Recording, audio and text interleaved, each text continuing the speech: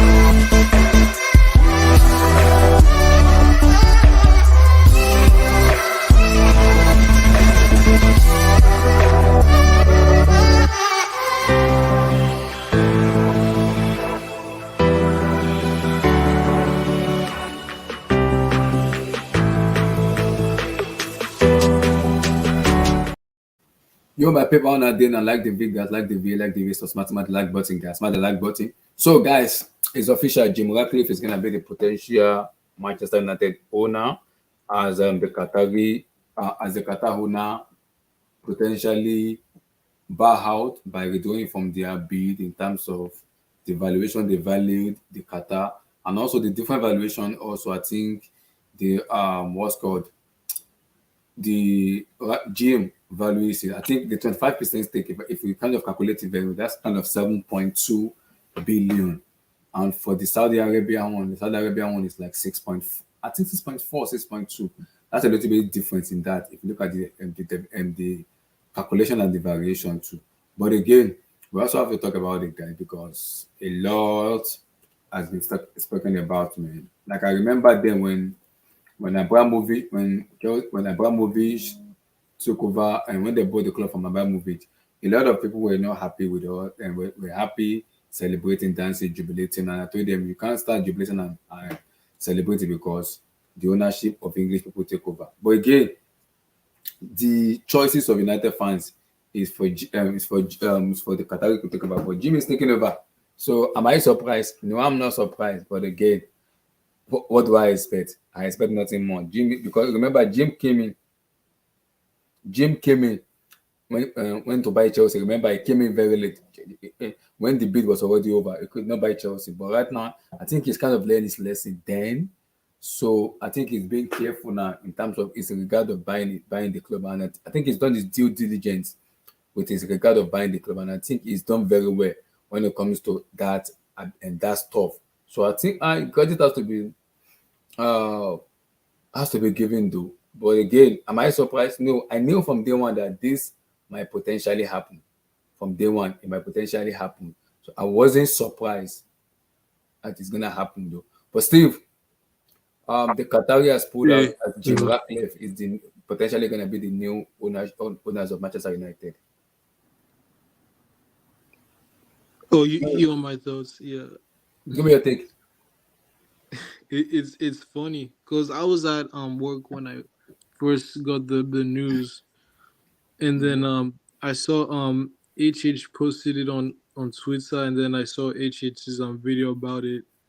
I just couldn't stop smiling and laughing, because majority of the Man United fans thought, it was going to be a new dawn, and the Qataris were going to end up buying Manchester United, and I was going to be Sir Jim Ratcliffe. Mm-hmm. So yeah, so it seems like United are just going to continue on being in the banter era.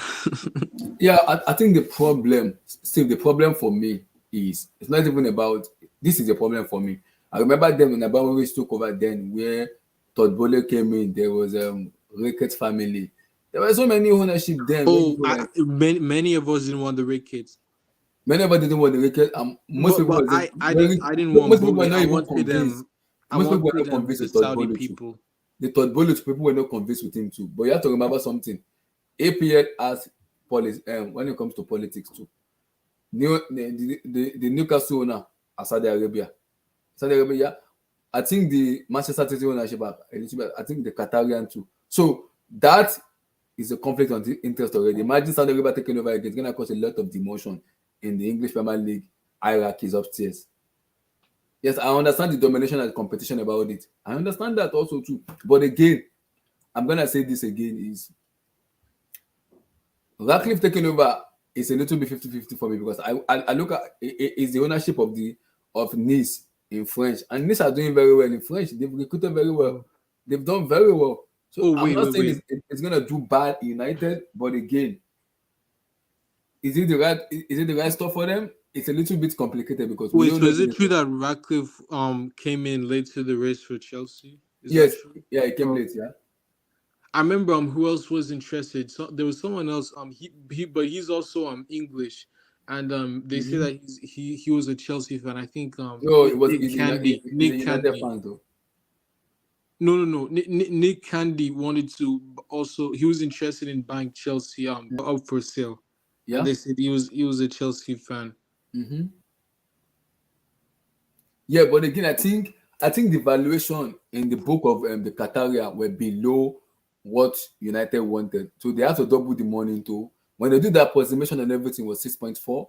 Why the 25% stake that Jim Ratcliffe is buying, couple of if you calculate everything together, is 7.2, which United exactly wanted. So everything from the stadium renewalship, the training pitch, the everything is 7.2. So which I think United are happy with going forward. Eventually, what Ratcliffe is gonna do is gonna buy out the Glazers. Maybe 25% stake right now, maybe towards next year, 2025, buy them officially out of them, buy the Glazers officially out. It will have the big say in some decision making, but I think with time as time goes on, it will eventually buy them out, completely buy them out for me. What do you think? Okay. That's the plan of Ratcliffe, though.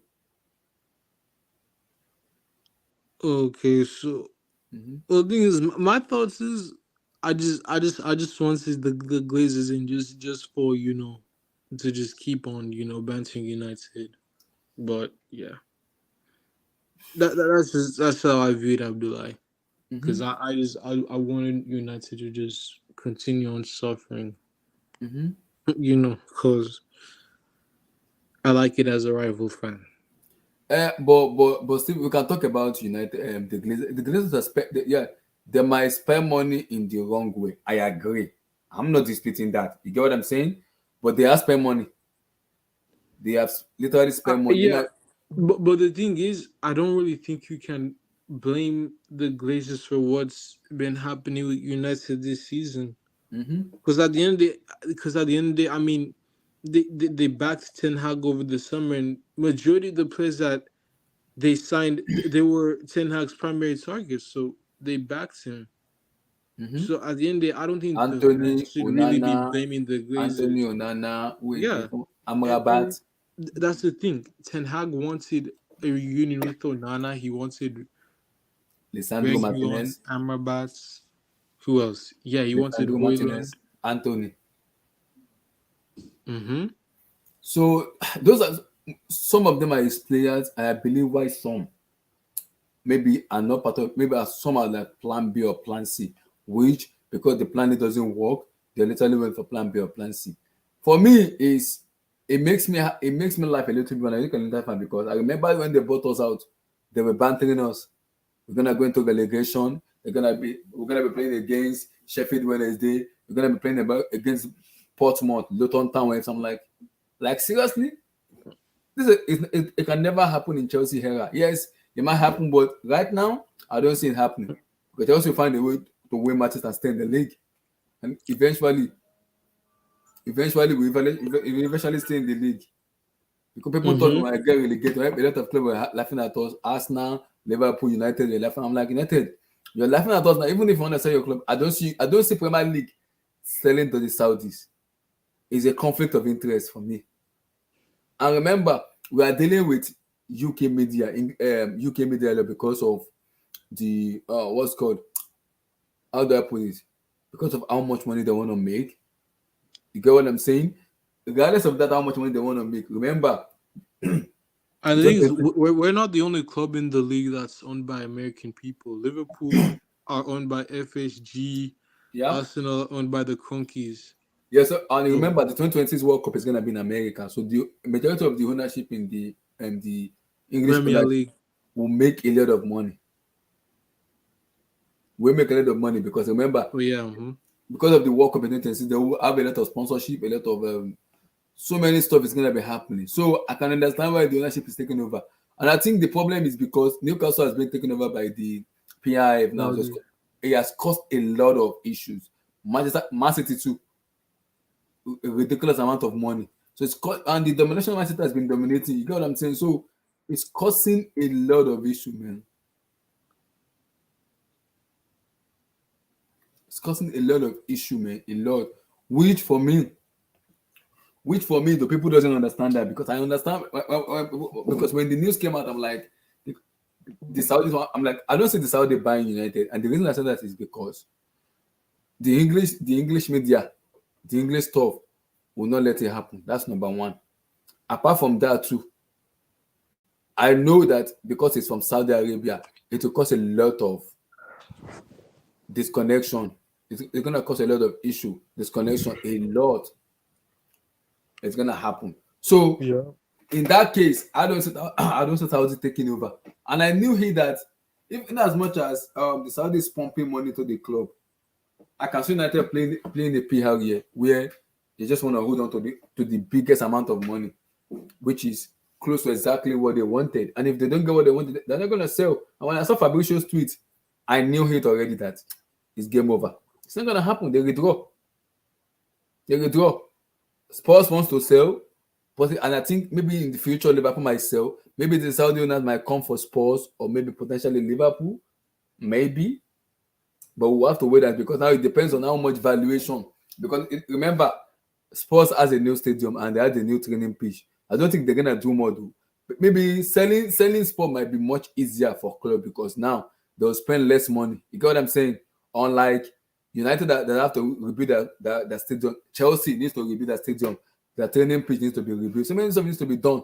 So club like that will value the club on a bigger scale. While club like Tottenham won't value too much because they have a new stadium and a new training pitch, which for me, they won't value much in that aspect, unlike other clubs who's gonna value it more. So I think Tottenham is easier to buy. In terms of Liverpool also working on the reconstruction of Anfield too. If that is done for me, then I don't see Spurs for me, I don't see Liverpool for me though being too much of a sale for me, being too much. So it might be a little bit lesser because, and the reason that it might be lesser is because for me is because they're gonna be a big new stadium, and the name of Liverpool, it might tempt people, the ownership a lot, to want to buy. It might tempt them to want to buy. So it might tempt them to want to buy because of the because of the name of Liverpool. So I understand the payout here. I understand the payout. Completely understand the payout here. It is understandable. I understand the payout. I know what the payout is stuffing and everything. It's English media, so I'm not surprised this stuff is happening. I'm not surprised. But are you surprised too, Steven? Are you surprised? No, I'm not surprised. I'm not surprised. Were you confident in the first that the Qatar is gonna buy the club? Were you very confident? I honestly thought it would happen, and I remember months back. My uncle Gilbert, who's my mom's brother, he's a big Manchester United supporter. Mm-hmm. So yeah, he was talking to me about it, and he said he's confident that the Qataris will buy Manchester United. And he was excited for a new year to begin, new dawn, everything. But yeah, Mm-hmm.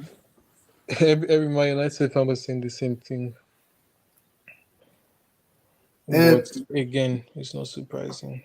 yeah, for me, it's not surprising for me because if you look at the big club right now in world football, Chelsea, new ownership, rebranding, restructure, so many stuff is happening in the club. United, new ownership gonna potentially take over. So I think the bar has been a little bit low when it comes to English Premier League because of the new ownership that are coming in, takeovers are coming in. So it's gonna disturb a lot of stuff. And remember, English football is making a lot of money. So new ownership wants to come in and buy the club and make tons of money. And after even making money, they want to also make dividends. Also, remember, they want to make dividends with the money too. So it is a little bit complicated where club wants to make money with regards to big club United, Man City, and even look at Arsenal, the Kroenkes. Look at the Kroenkes too. Make a lot of money. Look at Arsenal. So in as much as people were saying the Kroenkes to sell, did they really sell? They didn't really sell because they are making a lot of money. The early Rams and everything. They're making a lot of money in the NFL. Apart from making money from the NFL also too. Arsenal Football Club is in a better place right now. You get what I'm saying too? And the Cronkies are even making money in the NBA. Because Exactly. remember, the Nuggets won the NBA back in June. Mm-hmm. And I think because of the LA Rams too, because of the Conquest owns the LA Rams, so they are Oh making money yes. from the American football. So they are making money from American football, man.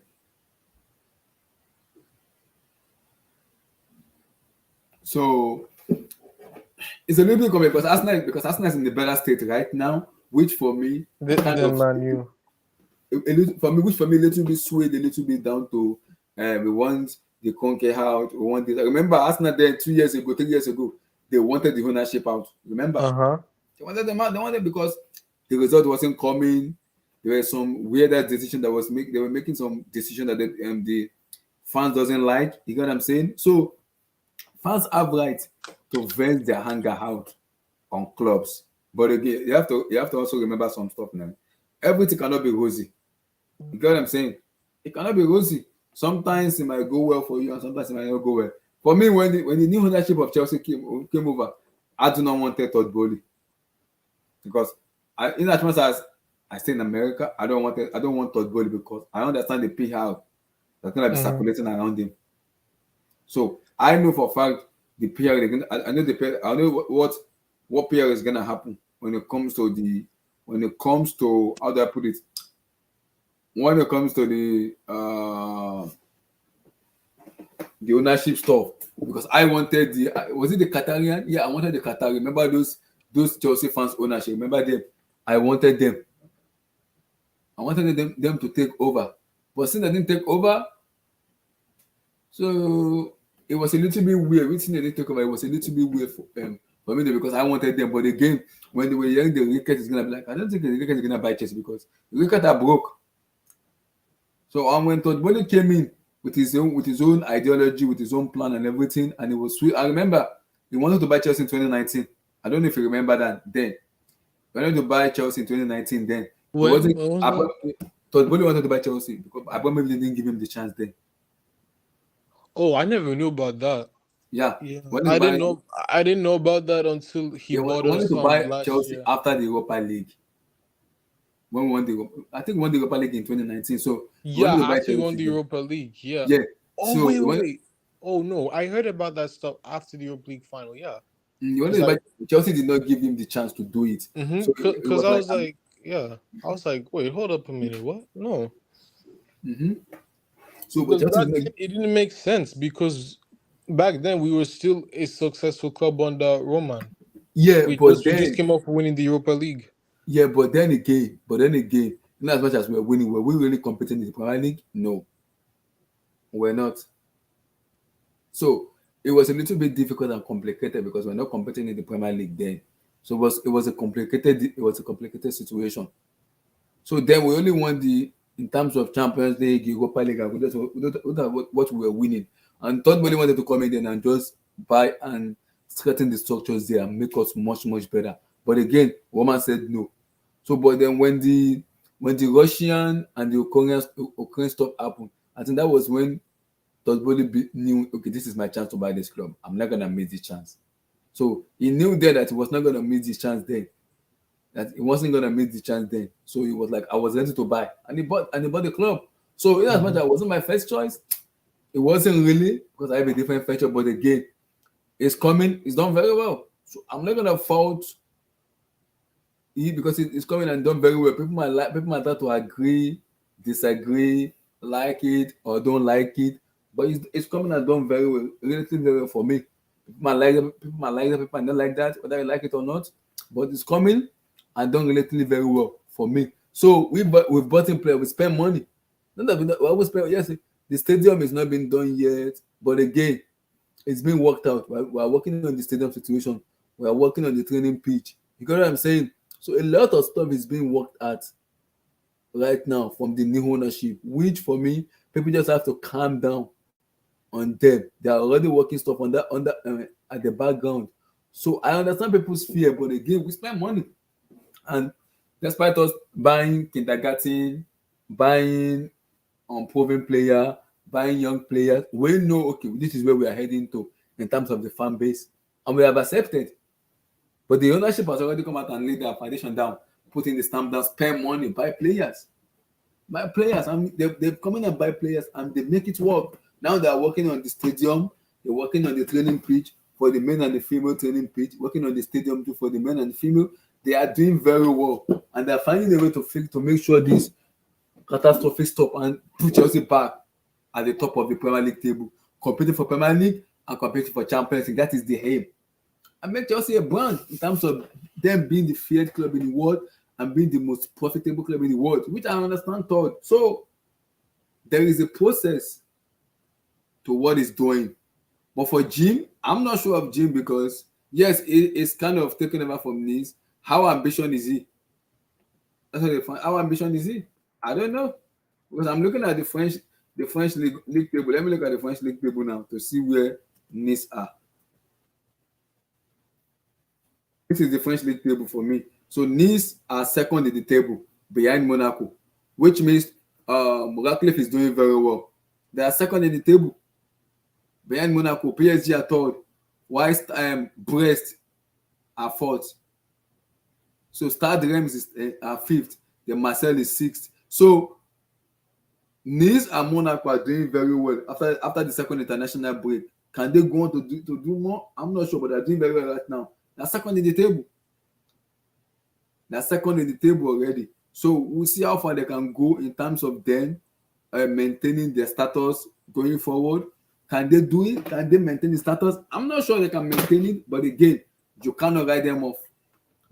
Nice right now are second in the table, and that is the ownership that is going to be taken over from United, which is the Sam Jim Ratcliffe ownership. Go ahead.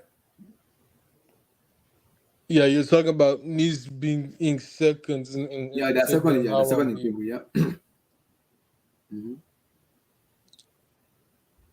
Yeah, they're second in table. Yes.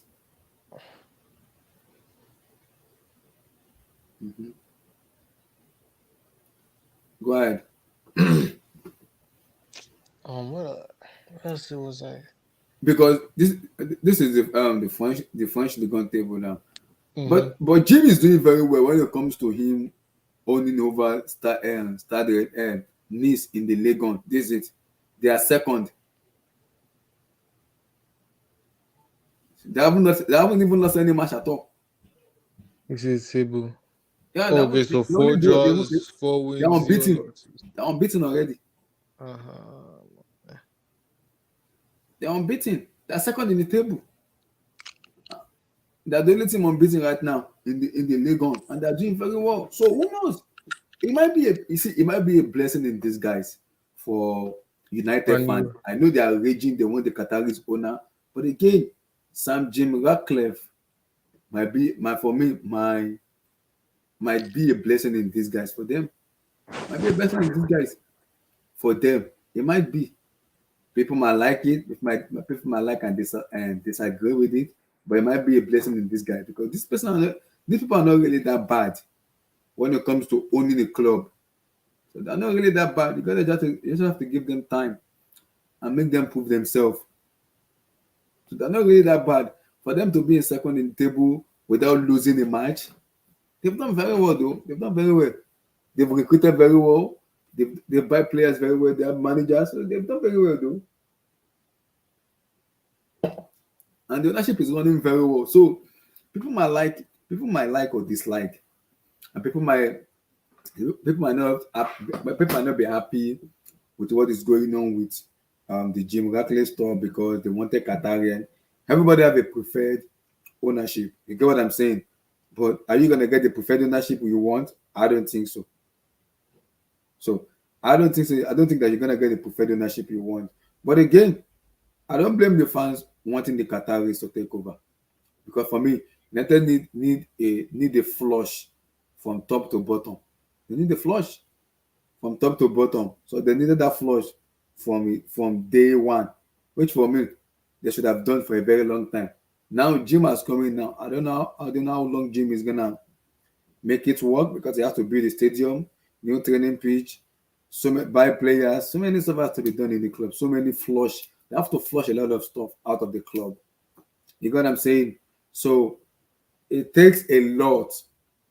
But I don't think that it's a money problem though, because I think it's gonna be a lot of people around Jim with the ownership and everything to make it work and to take United back to where they believe they should be. So it is a complicated issue, but it can be done. It can be done. So what do you think, Steve? about you Racliffe, United. United. Mm-hmm. Yeah, just look. All I just is look. I mean, I have some friends and I have family members who are United supporters. So all I just have to say is, look, just you just have to, keep on supporting the team and just just grind it out. Cause this is the reality now. You know. Mm-hmm. But again, Steve, I understand United fan not being happy, being pissed off, being mad. But I don't think Jim Ratcliffe is a really bad. People might say United are finished, they are completely done. I don't think they don't. I don't think Ratcliffe is a bad ownership though. Or do you think it's bad ownership? Um. No. I mean, the thing is, I don't really know too much about Sir Jim Ratcliffe Mm-hmm. as an owner. So again, I have Mm-hmm. to do my research on him, Abdullah. Mm-hmm. Because again, yeah, I don't. Now I know he owns half of a Nice, Mm-hmm. but yeah, I will have to dive more deep into him. Mm-hmm. But I don't think, for me, I don't think he's a bad owner. But again, when people were flaunting out the United Qatari, this blah blah blah blah, then I'm like, I don't see Qatar buying United. That's number one for me. Number two is there will be a conflict of interest, which is going to cause a lot of issue for the Premier League hierarchies. So, what would they do for me? I think what the hierarchy will probably do is they probably play this game of no, we don't want the Qataris, man. After Man City and Newcastle, we do not want to take. We want to stop this, and I think they know in their heart that if they accept United to take over by the Saudis, it might cause a lot of issue, a lot of uproar in the whole entire APL. So I understand them not. I understand them not for going not accepting the bid, and also for United also too. I understand the Glazers too. People want the Glazers to go. Guys, remember something. They have spent money. Yes, they might spend the money wrongly, but United have spent money. Have they spent it right? Maybe no, maybe yes, but they have spent money. It might be wrong because they spend money. If you look at how much they spend a lot of money. But my problem with them is they spend money in the wrong players. Wrong stuff is happening. They spend money. They spend money. So they spend money in the wrong stuff. So guys, smash the like button, guys. Smash the like button. Smash the like, guys. Smash the like button, guys.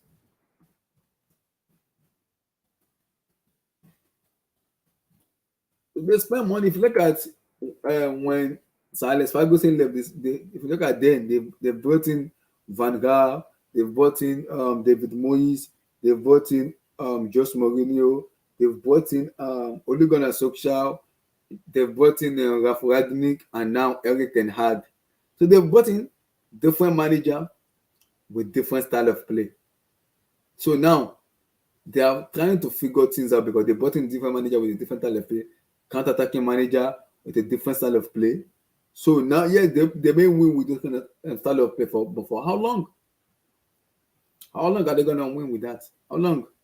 Because they brought in, United want to play a possession-based system. But again, they have brought in players who only knows how to play counter-attacking. They don't know how to play possession. That's what the problem is. They know how to play counter-attacking football, but no possession-based football. So it's a little bit weird and complicated. But I don't blame what's called United fan base wanting more from their club.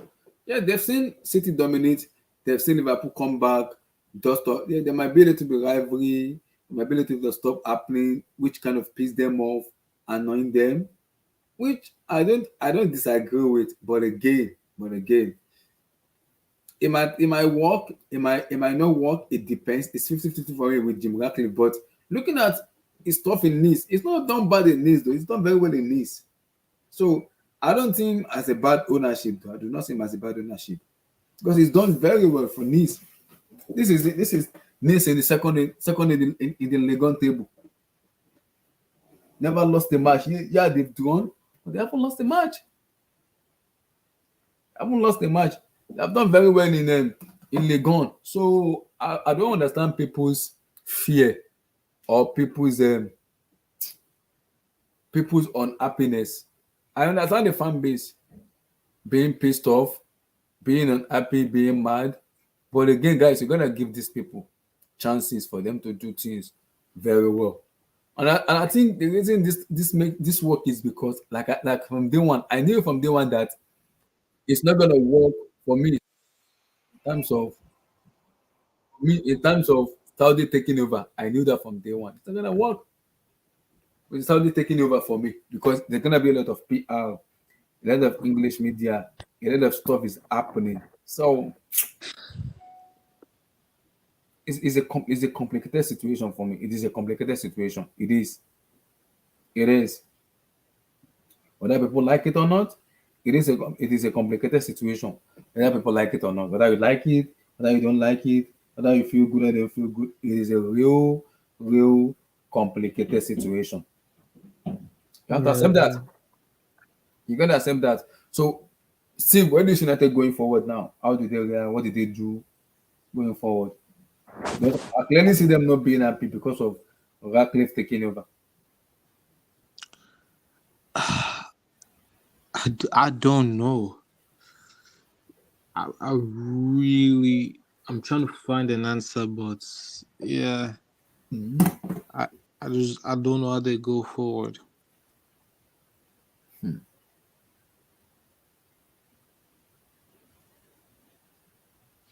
Interesting.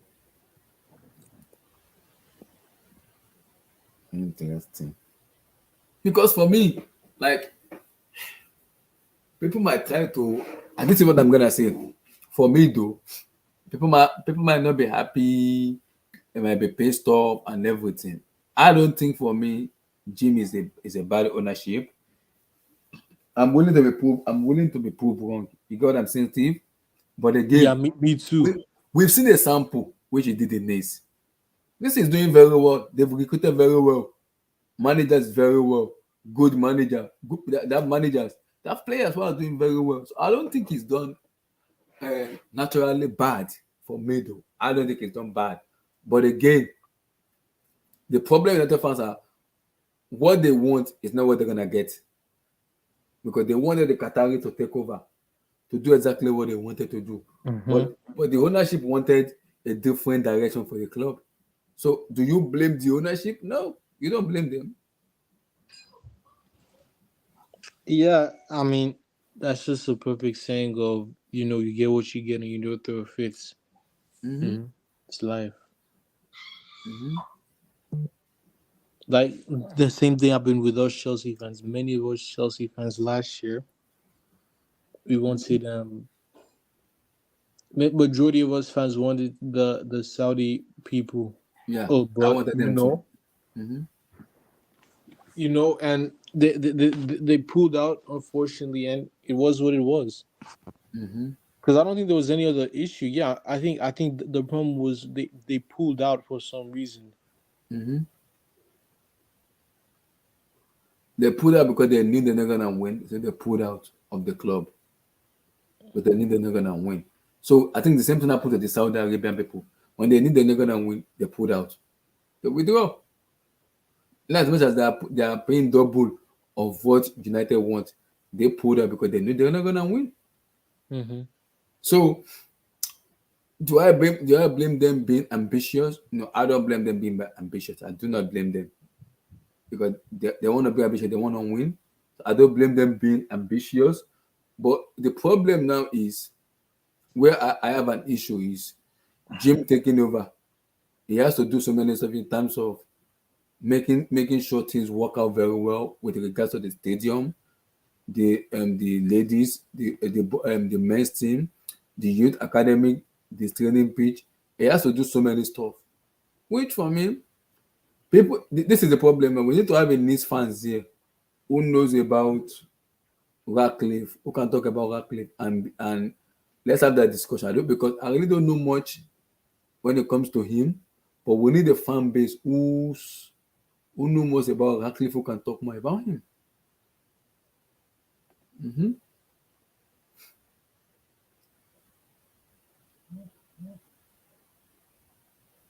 So it's a little bit complicated, though. Very, very complicated. Whether people like it or not, it is complicated. Very, very, very complicated. It is. But again, it might be a blessing in disguise for United. It might be. It might be.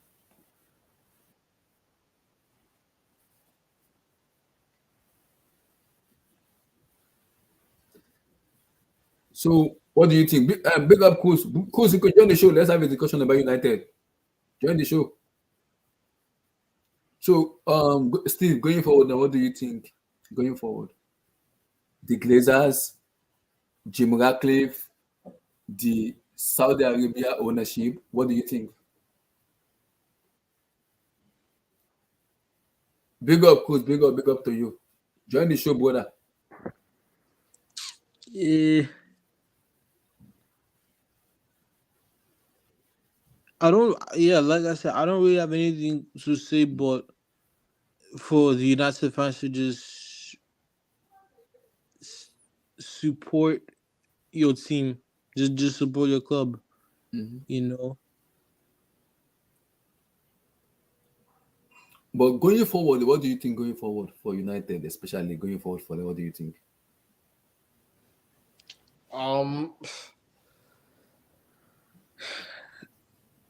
as much as I despise them, I hope they can, go forward and challenge for trophies Mhm. and maybe win some trophies along the way I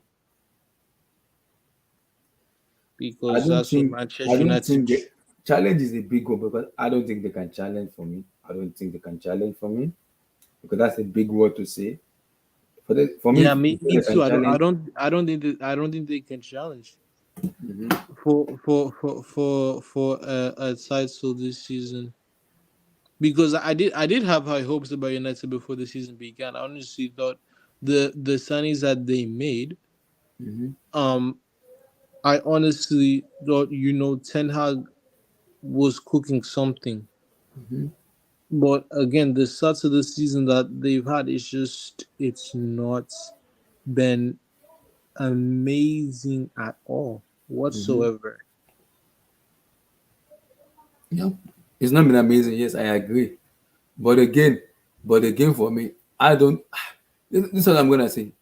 For me, I do not think it's that bad in terms of Jim taking over. I know the fan base, 90% of them, they want the Qataris to buy the club out. So they want to be like Manchester City and Newcastle, which I understand 100% because club have says also when it comes to buying and everything, merchandise, match going fans and everything. But guys, you have to understand something.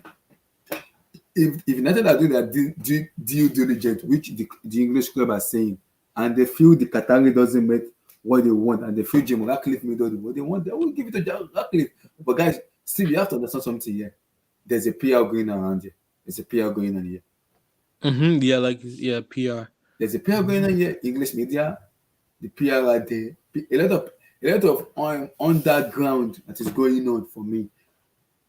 A lot of underground is going on. For me, though, PR is going on. A lot of English club wants to buy Premier League. Why? For me, I believe the reason is because they believe more money is in the Premier League, and because of the 2026 World Cup, they really want to buy the Premier League. Because remember, majority of English owners who owns the Premier League want an endorsement for the 2026 World Cup. So if them buying the Premier League will give them guarantee more money, more sponsorship going forward. With Chelsea now, we are looking at Riyadh Air, the Saudi Arabian sponsorship for next year. The Infinite Athletes will be on the share sleeve here, while the Riyadh Air, which is approximately if we finish in Champions League, it's gonna be 65 million a year. 65 million a year share sponsor both for the men and female for the youth academy too. So while Trivago will end their what's called their deals with Chelsea. They are leaving. So Chelsea are already working things out with regards to putting the ownership are already working things with regards to putting Chelsea back where they belong in terms of challenging for major honors going Uh huh. forward, and also working on the sponsorship aspect too, and making Chelsea much better going forward. And making Chelsea wants to win too. You have to remember that. Yeah, people might say we spend 1 billion. That's not a news for me. That's not a news. Spending 1 billion is not a news for me because under Roman we spend money too. Under Roman, we didn't spend money under Abramovich. So these people, a lot of people saying we spend money. That's not a news for me. It isn't a news. It isn't a news for me because we spend money under Roman too. So when people say we spend money, spending money is just a myth for me though because under Abramovich we didn't spend money. We bought players. We bought so many players into the club. So spending money, when people say we spend money, I'm just laughing because we spend money under the former ownership. We spend money under the former ownership. So is this the first time we're spending money? No, this is not the first time, and it won't be the last. It will not be the last. It won't be the last. It's not the first time we spend money. It won't be the last also too. It won't be the last. It will not be the last too. So it's not a surprising thing for me. People say we spend money. Yeah, we spend money, but is it the first time we spend money? No. So big up Cruz, you can join you. Big up, brother. People will respond to making us send us your message. You let's respond to your message. Let's respond to your message. Send us your message, guys. Smash the like button, my people. Smash that like button. Get the likes up, guys. Get that freaking likes up. Get the likes up, guys. Get the likes up, my people. Get the likes up, my people. Get the likes up, man. Get the likes up. So, Steve, so what are you thinking? I seen other fans getting pissed off, getting angry, getting mad, getting worried. Mm-hmm. Yeah, like I said about that, you just have to support your team. The highs Mm-hmm. and lows. You just got to get But behind your again, club. this is me now. But again, this is me. I don't think Jim Ratcliffe is a bad ownership because we've seen it in Nice. He is doing very well in Nice in France. But again, there is a difference between Nice and the Premier League. So as a new ownership, another one needs to be. You have to understand something. You have to be patient because ownership will come in. They will lose stuff when it comes to them coming in as a new ownership. They will lose.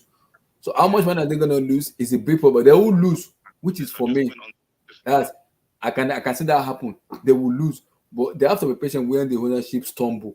They have to come back again and make things work. We've seen Chelsea when the ownership came in. Look at where we finished last season. When there was the disconnect between the fan base and the ownership. When the ownership acknowledge, we have to make sure we have to get things right. And this season, they have been making sure that in as much as most of the players they bought, some of the fans are happy, while some are not happy. Some are on the edge because they're like, we're buying youth academic player we believe doesn't deserve to play for Chelsea. But again, the ownership has vision of what they want to do. So you can't fault them, you can't blame them because they exactly know what they want to do. They want to win matches. They know exactly what they want. They want to win. And when they want to win, yes, spending 1 billion. Look at how many players we let go and look at how many players we bought. We let go of so many players and we bought in so many players. Yes, we might spend 1 billion. People might say we spend 1 billion. That's not news. But again, guys, do you know how many players we let go? Despite us spending 1 B. You gotta put a lot of stuff into perspective. Yeah, we spend 1 B. But guys, after us spending 1 B, we let a lot of players go now. So spending 1 B is not the news for me because I've been hearing that for a very long time. It's not the first time I hear that. And it won't be the last. When people want to beat Chelsea, they say we spend 1 B. So am I surprised? I'm not surprised. I'm not at all. When people say we spend 1 B, I'm not surprised at all. An inch surprised, I'm not. I'm not surprised. But again, Sir Jim Ratcliffe will make mistake. United fan needs to be humble. They need to be humble. He will make mistake. Director of football, get the director of football into the club. Maybe bring in some new legend of the club who knows the club in and out. Restructure the club very well. So and make United compete very well. And this is going to be the problem now. If Man U doesn't make it to the Champions League, that is going to be a big issue for them. Because if they don't make it to the UCL, they have to come back again and buy players and compete. They have to. Because the sponsorship is going to go down. Because they're not in the UCL anymore. And they have to understand when the new ownership comes in, they want to do things in their own way. Not the former regime way, but their own way. Their own way. So people might understand, people might think, but they want to do things their own way because they believe them doing things their own way will make things work. Within Chelsea, what Chelsea wants to do, want to sign players under the age of 17, 18, 19, 20, anything above 25. Chelsea is not signing players of that caliber. With that is the brain cell of the new ownership. I'm not worried. I'm not mad about it. So we have to understand the brain of the new ownership of United. What are they signing players of 27, 28, 29, 30 going forward, or are they signing below? The thing about that, I respect your opinion, Abdullah, but Mm-hmm. you're not having a problem with it. I mean, the thing is, I do because you take a look. A Mm-hmm. majority of the players that we Chelsea have signed, majority of the underage players that we've signed,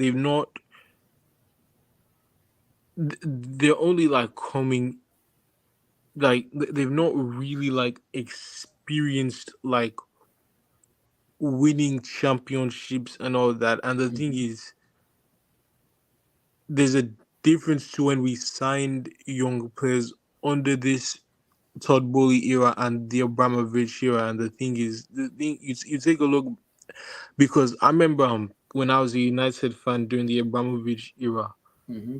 Um, I remember when Chelsea did buy young players. I remember the summer of 2010. The only player Chelsea bought in that summer was Ramirez, Mm-hmm. but at least they had a plan for him. And the summer when I became a Chelsea fan, we signed Eden Hazard, who was young at the time. We signed who else? Victor Moses and Oscar. Um, but like at the end of the, we actually had a plan for those guys. Yeah. And the thing is, we already brought them into a team that already had experience, proven guys. That's the difference. Yeah.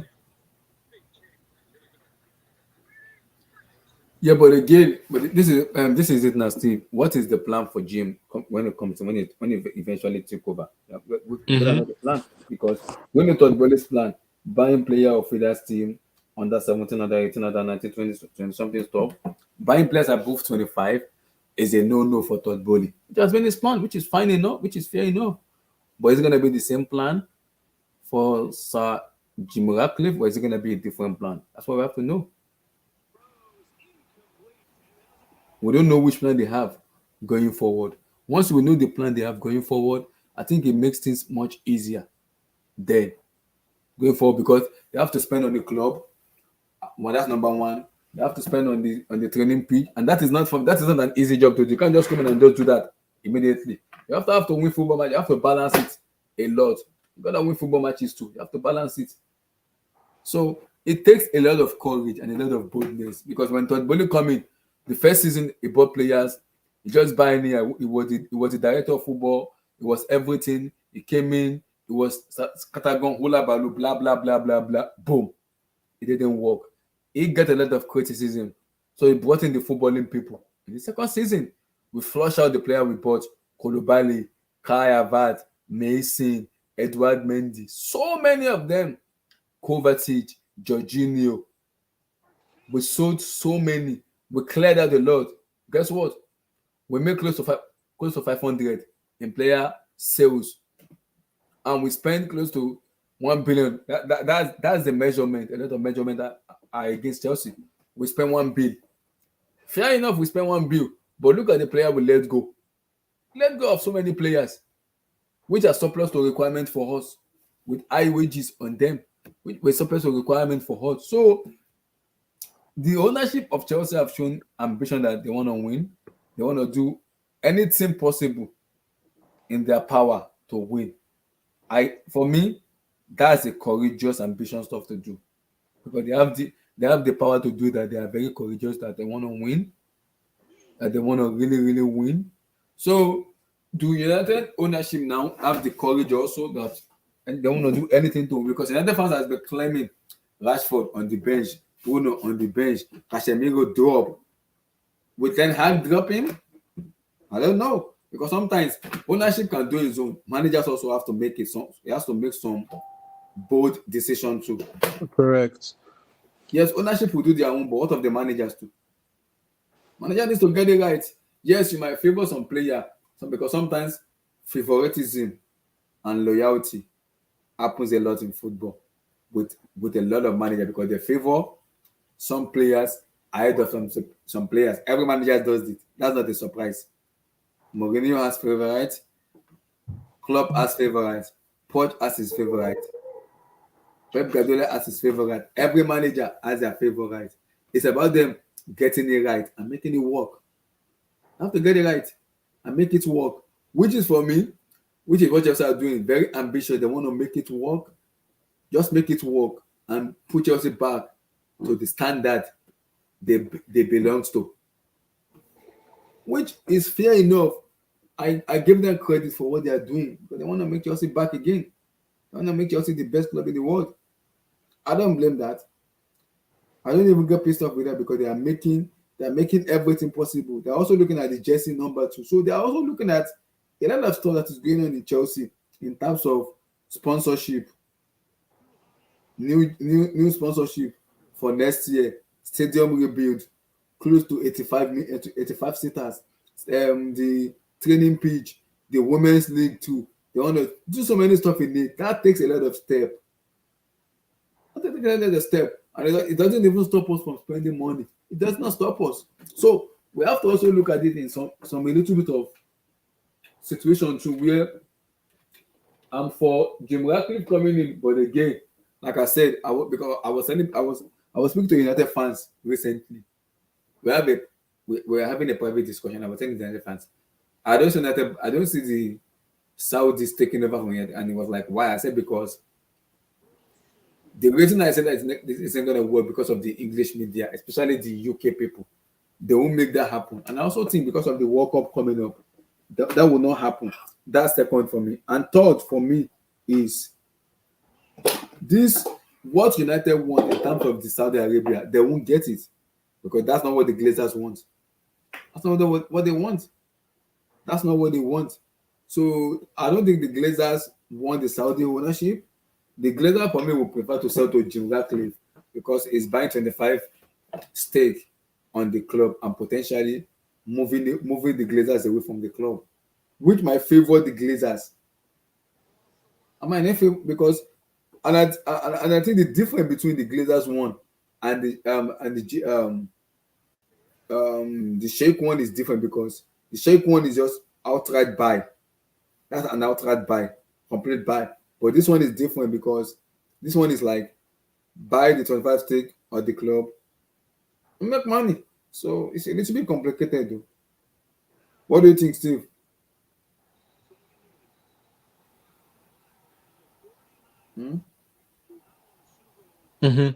What do you think?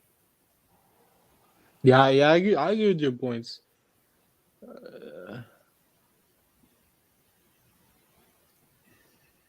It is complicated though, but again, we have to wait and see. We gotta wait and see. People might try to clown United fans. You can clown them though. They've been trash. They've been below average in terms of on the pitch. Inside and outside, they've been below average. The manager has been on a lot of scrutiny, a lot of criticism. I agree. A lot of scrutiny, a lot of criticism. Yeah, they've been in a lot of scrutiny, a lot of criticism. So I don't blame United fans voicing their opinion out. They have right to do. They have every right to voice their opinion out. They have every right to voice their opinion out. But again, what you want is not what you're gonna get. That's how what the word is right now. You might want something, why the ownership might want a different thing entirely. You get what I'm saying? So it is a complicated situation right now where you might want something, why the ownership might want something different. So it is a complicated situation. So whether people like it or not, it is what it is. Whether you like it or not, it is what it is. It is what it is. So how do you see them going for Steve now? How do you see United going forward? How do they see them reacting to it? Like how can they fix this? Because majority of the fans are not happy with Jim. Because he hasn't even taken over yet. Majority of the fan base are already split and they don't want him. It's a totally different. Yeah, I don't know. Like, I just hope for the best for them. That's all I hope. I don't want the best for United because remember United fans clown us when Abramovich when they took over the club from Abramovich. They clowned us. They clowned us. So We have every right to also clown them too. We have every right to clown them too because they did the same thing to us too. They clowned us. So we clowning them now. It's not the first time United fans have been doing it. So they clown us. They did. So we clowning them too. We have every right to clown them too. We have every right to do that, do the same thing. Because they clowned us. So rival fans may have a go at United, which is fair enough. They have a go at United, which is fair enough. It's fair enough. So we see how it goes, though. We see how it goes. We'll see how it goes. I will survive in this, I don't know, because Jim coming in, buying 25 stake in the club, it's a little bit how do I put it? It might work, it might not work for me. It's 50-50 for me.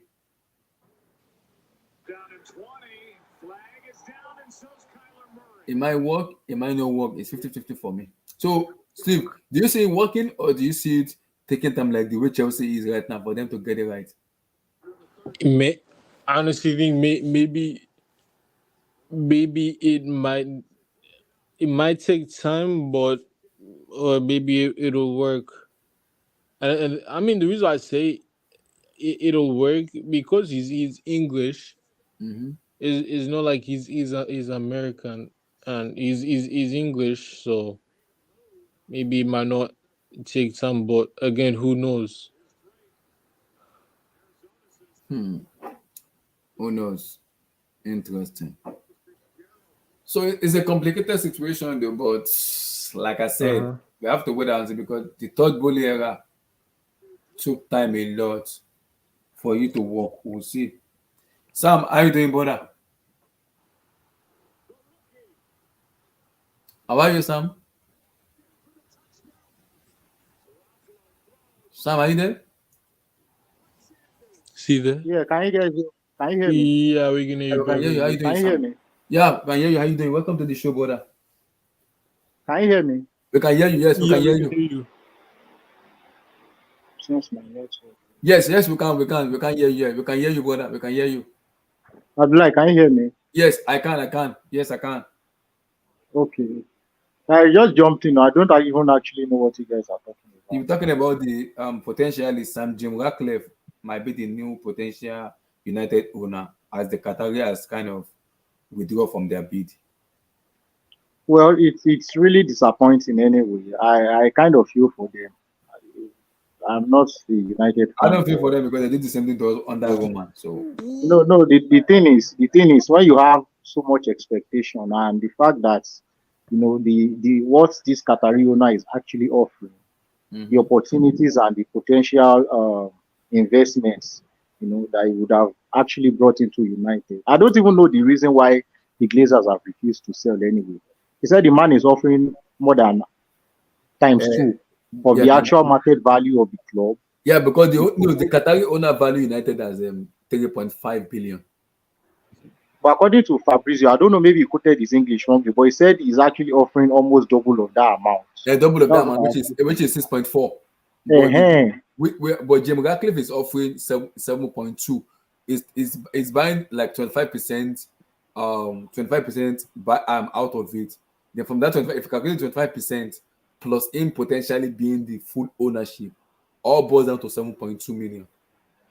If you actually look at it objectively, I don't think Jim Ratcliffe is the right owner for United at all. This man has been trying, he has been moving desperate when it comes to buying clubs in the last few years. He has any club that is available, you see Jim Ratcliffe.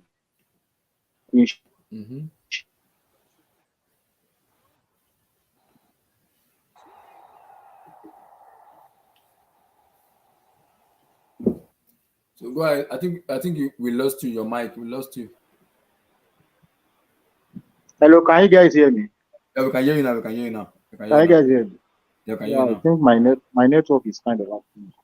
It's sounding like this typical British owner that I don't think they really have big plans for this club. I don't really see the difference between Jim Ratcliffe and the Glazers that were. In fact, I feel like it's even a downgrade if he actually gets 100% stake of the club. I remember the owner of Newcastle and how far behind and how backward he really took Newcastle, trying to take advantage of the club over looking at ambition. And this Jim Ratcliffe kind of, he's a very rich owner, no doubt. He was going to be a very rich guy.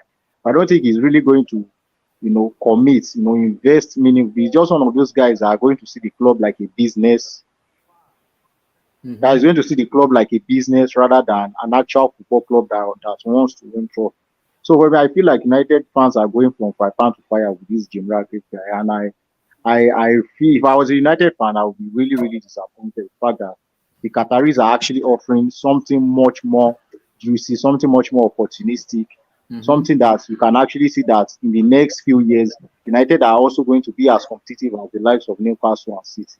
But it's this owner that is very, very selfless and just going to be about to look at the English business. They've been run like a business for so many years. I feel like they are due to get an actual owner that will take the club to the next level. And if Jim Ratcliffe is the one they are settling for, I feel like it's just from fry pan to fire, and there won't be any meaningful improvement in terms of. It's just a very desperate man to me. He comes to me like a desperate guy that just wants to buy an English football club for the sake of it, make money out of it, rather than be very ambitious. He has a club in Nice. I think he has a stake. I think it's in Nice or one of these French. Yeah, Nice, yes, it's the owner of Nice. Yeah, exactly. And they've really complained about how unambitious he actually is. But some they are doing very well in the league. They are second in the table. This is the first time they're actually doing extremely well because of the quality of manager they actually have this season. They just got their new manager, and he's this very progressive, very attack man. He has really improved the fortune of the club. But if you look at it overall, when it comes to investment and everything, not just looking at coaching alone, he has not really done much. You understand? So I don't feel like there's anything to really convince anybody that this man really mean well and is going to treat the club like a club than an investment or a business. So I feel like this Qatari owner is going away is really, really painful. I hope they come back. Maybe one of these days another football club is going to be available and they can take advantage of it. But if I'm looking at it from an opposition point of view, it's untying for United fans. but Sam, this is it now. We have to also factor something in the English PR, especially the UK media people. They will and the Premier League, they will prefer Ractcliffe ahead of the Qatari because of the Newcastle and Manchester City. Yeah, exactly. The sentiments too. Sentiment also to work because they know if United talk about from Saudi Arabia, it's going to cause a lot of uneasiness. Yeah. In the Premier League. And it's going to be another person coming in to throw money around that other clubs will be very uncomfortable with. You understand? Exactly. So, and when you throw money around too much, some of these other clubs feel like it's an unfair advantage. It's not an even environment for everybody to compete. So I feel like they just want another money bag coming in to come and throw money around and try to solve everybody in the league. So of course, the UK media is going to side on the side of Jim Ratcliffe, no doubt about that. And I'm even happy that he didn't get an opportunity to buy Chelsea Football Club because I know he was one of the guys that were actually bidding for Chelsea. I'm even glad at least he thought Boli is still much more better when it comes to what his plans and what he has done so far. It's not like Chelsea is up there yet, but at least you can actually see that these people are actually trying to achieve something. But Jim Ratcliffe, I don't even see anything like that at all. So I really feel sorry for United fans. It's just from fry pan to fire. Yes, I agree with what you said. But again, if you look at it this way, that's why I was telling Steve then that in terms of third ball, you can see that he wants to buy player of 17, 18, 19, 20. Anything above 26, 27, he's not going to buy player of that caliber. We know that he wants to buy young players. We know that for that team and everything. We know that. We know what he wants to do. But in terms of Sir Jim Ratcliffe, we don't know what he's going to do. We don't know the ambition. People are saying is Chelsea spent 1 billion. But do you know how many players we sold out? Yeah, exactly. A lot of players to make money.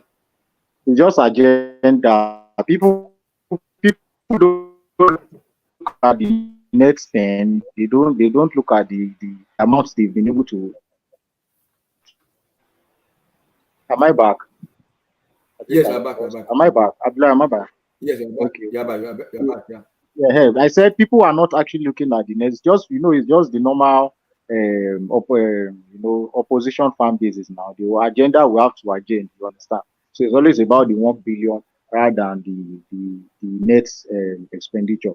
But I don't even care about it. You understand? It's very rare to see an owner that will come in a year and have the guts to spend that kind of money in the football club. I feel like Todd Bowley and clearly Capital, they're actually very, very ambitious. Yes, they are buying young. They are looking long term. They are looking at how they can actually sustain the club. They are looking at how they can, they see this as a first, investment that can actually yield fruit over time. And I feel like what they are doing is actually good. I don't feel like the managerial appointment has really been okay, but at least you can actually see what they are trying to do. Maybe Poch can just be that stepping stone to the final manager that will take Chelsea to the next level, just like Graham Potter did for Brighton.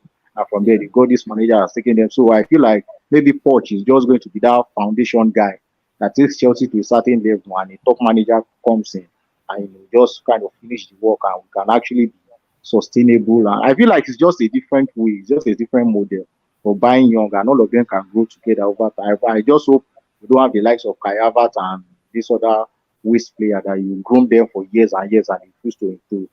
But the ones we have now, I feel like they're actually much more quality players with high potential, and in the next few years, Chelsea will actually reap the reward of the quality they bought. And if the ones that don't make it at Chelsea, you'll be able to flip them for a good amount of money and probably reinvest it into the club. So I feel like, and they have a 10 years commitment too. Yes, Chelsea, according to what they signed. So I think Chelsea is in the within that 10 years, the stadium and the training pitch should be ready within that. Yeah, everything has to be ready. So I feel like Abramovich actually put Chelsea in a good place. The fact that they're actually debt free, and the fact that this book can come into a clean slate, and that's why they've been able to spend this amount of money. Because it came into something that Chelsea, when the Todd Bowley clearly took over, the way we signed players then wasn't right. Yeah, not as much as we're winning UC and everything, but it was a little bit somehow.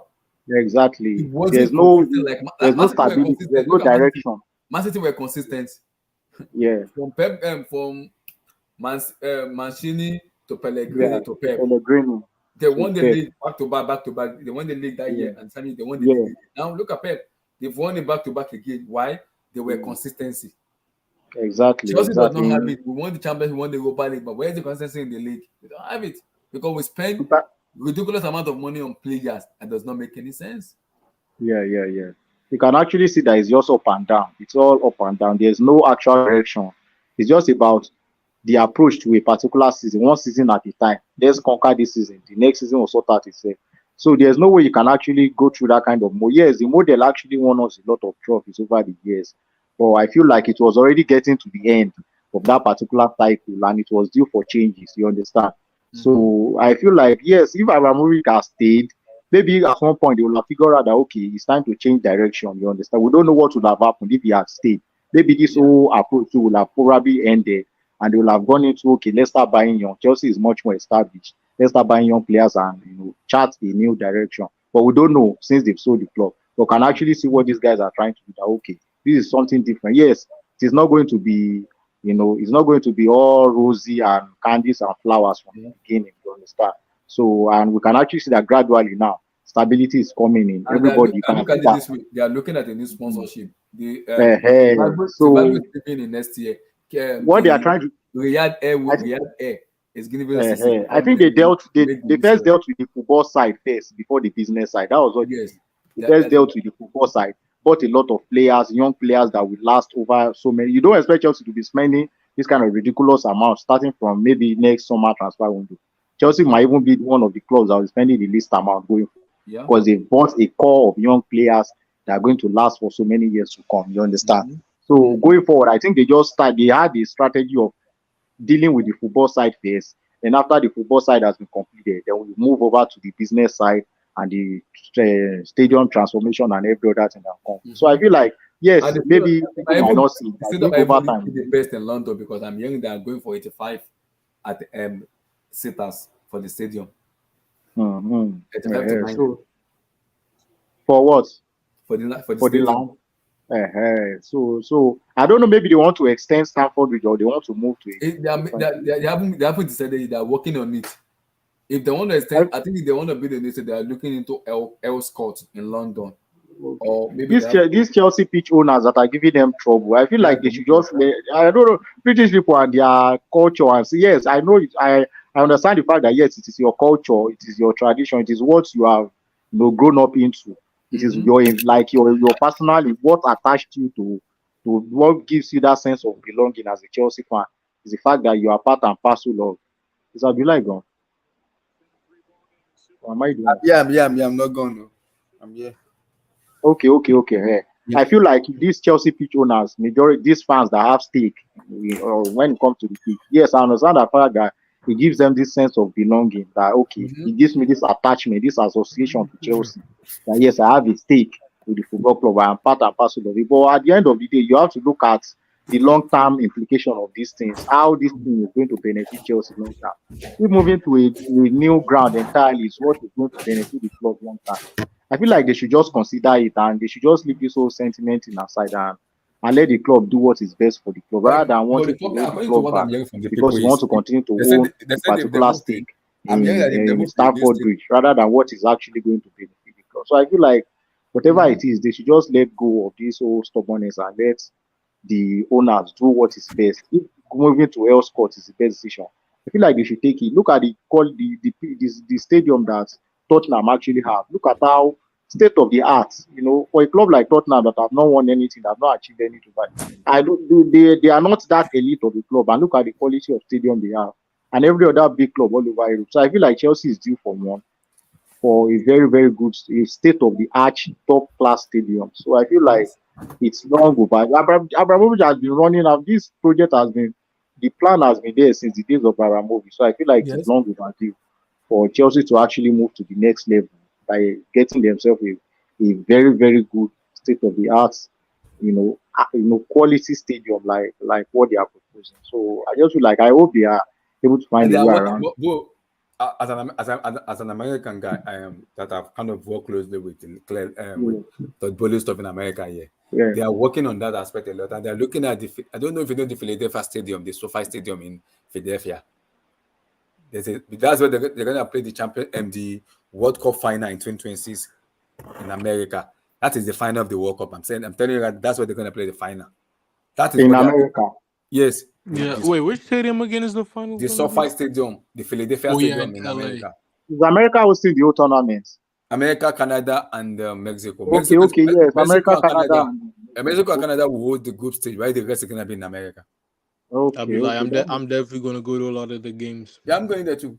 But like I said, Sam, my first ever World Cup. The Philadelphia one is going to be the way they're going to play the final of the 2026 World Cup. That is what Todd Bowley is looking to be. That stadium could collect at least 100 seaters. You mean the stadium in Philadelphia? Yeah, 100 seaters, yes. 100. Oh, the Eagles Stadium. Yes, 100. Wow. Full stadium is 100. Full 100. 100K. Wow. Yes. It's one of the biggest, though. The one in Washington DC is big, but the Philadelphia one is big, though. It's one of the biggest in America. For a country that is not really a footballing country. Speaking of the 2026 World Cup, Abdullah, do you think? I know it's too early, but do you think Nigeria will go back? I don't want to talk about Nigeria, please. Not today, please. Nigeria. I keep mood. I have said but it. Abdullah. Yeah. When it comes to a squad, it's the quality of players that Nigeria actually have now is actually really. If you look at the whole squad, maybe the 23 to 25 man squad that Nigeria actually have now, the quality of players they have now is that, except from the goalkeeping department, I feel like from the first to attack, Nigeria is actually stacked if you dip it, honestly. Yes, I know. I don't know in Europe, but the in problem we're Africa, having right now is one of the biggest politics for me. It's politics. Yeah? We're having a politics issue. That's it. Where this is my problem now. Wait, but Abdullah, ever since Vincent Nyama left, who has been our goalkeeper? We don't have a goalkeeper. That's the thing now. Nigeria has not produced. It's been 10 years, 10 solid years where we do not have a standard goalkeeper. We do not have 10 years. That's the only problem we have. So imagine going to a tournament without a goalkeeper. It's like a disgrace to the whole country Nigeria it is. So when people pissed off with Nigeria people are not mad to get pissed off because they know the quality of this team. But how can we be a country of Nigeria national team when we don't even have a goalkeeper? Francis Uzoho is not a goalkeeper at all. That guy should not even represent Nigeria anymore. That one is absolute crap. That guy I don't even know between him and Karius, who is worse. I don't even know. We are even talking of so. What about the other fine Wait, boy that who's is the always in second choice fine boy? goalkeeper for? That What's his exactly. name? That fine boy. I've forgotten Maduka. his name. Hey, another horrible goalkeeper. That one should just go and become a model and forget about goalkeeping. He's more of a model than a goalkeeper. I don't think that one is a goalkeeper. So I think we are struggling in that department. when Except that Steven is having from about defense to Nigeria, attack, I think just Nigeria is fast. Steve, when you ask me about Nigeria, it just make me laugh because Nigeria has kind of break my heart a lot. And starting from Angola 06, I was just like, I'm done with this country, man. Because the Angola 06 pained me. It entered my Oh boat wait, yeah, I and my remember. soul. Abdullah, because I was one at the time. I watched the World. I started to watch World Cup qualifying because my mom's watching the World Cup for the past how many World Cups now. Yeah, I think. Wait, you guys lost to Angola back in 2005, right? That's why 2006, you failed, right? 6, yeah. Nations Cup 06 in Angola. No. Yeah, I'm talking and the about. World Cup and the World Cup No. I'm also. talking about Germany 2006 because you guys didn't participate in Germany Yeah, 2006. we Yeah, didn't exactly. participate. It's, We didn't Germany participate. 06 and Angola. The Nations Angola Cup was in 06. January of 2006. Yes. I've forgotten who hosted that nations. I think Egypt also. Then Germany 2006 was in June. Yeah. Both Nigeria. I think Nigeria missed out on both. I think. Or did they qualify for the Nations Cup that year? Yeah, I can't remember. the Nations Cup was a crap because Angola was the Nations Cup in 06. Yeah, Okay. Angola, yeah, it But I was know in we did 06. not qualify for the World Cup that year. We won't go. Angola knocked us out Mm-hmm. in the qualifiers. We went for 08 though. We didn't go for. Did we go for 08? I think we There didn't. was no World Cup in 08. It was Sorry, South Africa 2010. 010, sorry, yeah. We attended. I think that was the one Yakubu missed empty Yeah, post. empty net, yes. That was empty net. Mm-hmm. Well, I mean, Credit. Abdullah. I'm from Sierra Leone, so I Mm-hmm. never expect Sierra Leone to qualify for World Cup. That's why when it comes to like Africa, I only root for like Nigeria just because they're like the powerhouse. But again, they've just not been the same since like.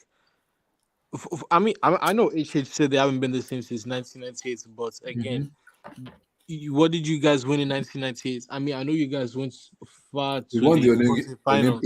We won the Olympic though. So Yeah, you guys. Yeah, you Overall, won the Olympic, but then the last thing you guys actually won was the AFCON 2013. yeah, at the that was international stage, overall, we've had a poor outing. poor outing. Overall, Poor, very Uh-huh. poor. Nigeria has had a poor outing overall. Internationally, overall, I it's been think very I poor. think Abdullah Very poor. summed it up. It's the politics, and it's not just the politics. I think it's the NFF. The NFF is the main issue for Nigeria's failures, But let's leave quality especially aside. Do we recently. actually have the quality to compete? Let's leave sentiment aside. Let's That's even leave true. quality. Do we really Do have we because actually have the Sam, quality to I'm looking at compete the player we have at right the now. international With stage? the player we have Do right we have now, the quality? we can compete. Because Bad the everything can be goalkeeper. politics. Do we Yes. have the quality?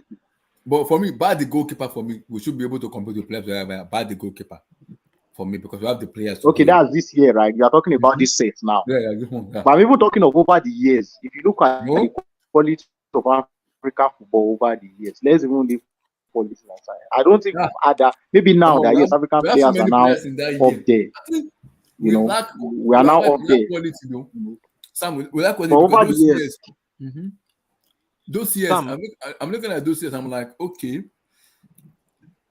Obi now so for so many, I can keep mentioning their names. So many of them. but no you talk. think those guys were playing for Division 2 clubs in their they were playing for Division 2 teams in their league. Oh. All these Osofo, all No, these Sam, Ikechukwu Sam, and all these Sam. guys there. In Look their at prime, all they the weren't playing for defense. good clubs. So like what we have now, this present squad of players, this present Super Eagles player that we know that yes, we can point to 4 or 5 players that are playing actively in the Premier League and are playing for top clubs. Back in the days, maybe it was Mikel Obi and a few others that we have playing Yeah, that's true. actual majority of them. You see them coming from Chinese league, all these rubbish Vietnam, all these crap Mhm. leagues. We didn't have. Yes, we had names that yes, locally we rate them that they are good players. When it comes to them, facing their international counterparts, Nigeria, we were not producing quality players like what we actually. I feel like we have better players now playing, competing at. That, okay, if you look at this last World Cup now, you see that African teams actually did better than what they've actually done In the even I can tell you that this last World Cup is actually the best overall. If you look at the general outlook of African teams, this actually the last World Cup was actually the one that yes, African teams actually caused upset very well because you can actually see that the gap between African teams and European teams or every other teams in it's now closing because you can actually now see that African players are now getting into bigger clubs. In the Premier League, you can see a lot of African players playing for big clubs. You can see, when European clubs are now buying African players, and you can see them playing at the highest level. So that performance, that form that they have in their club is now reflecting in their national team. That's why you can see the likes of Ghana, the likes of Morocco, the likes of these guys. They were doing very well. You see Senegal beat Brazil twice.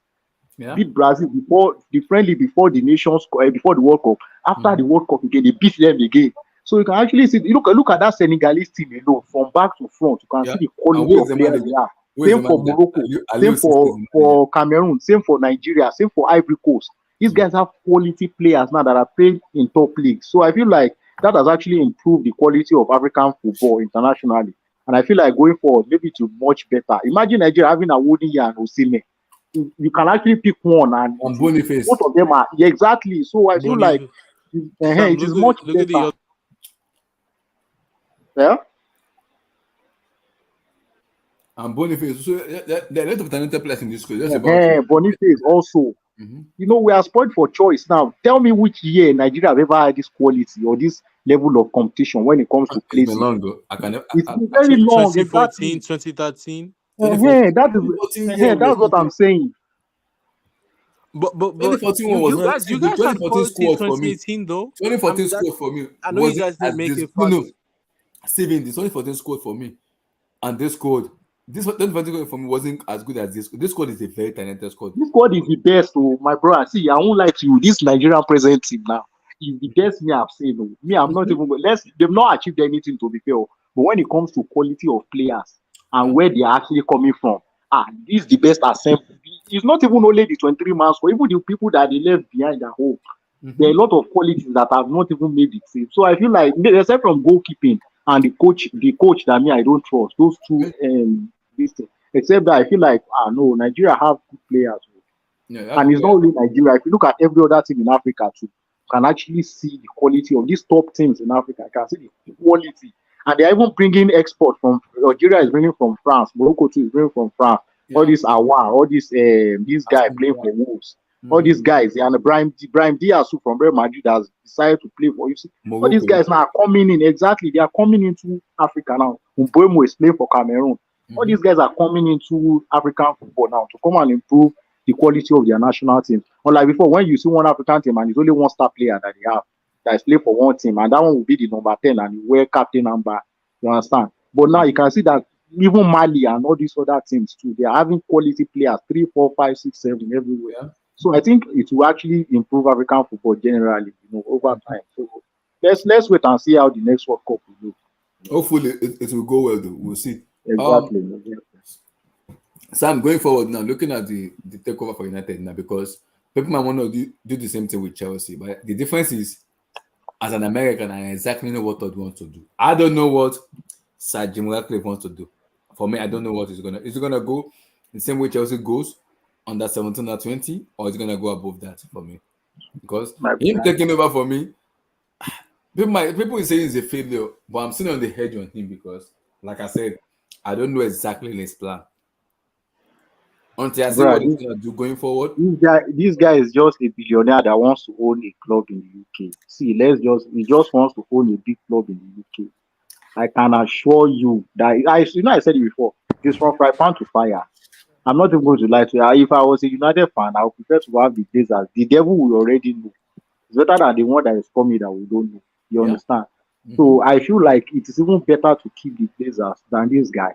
But this guy, to me, his approach is kind of desperate.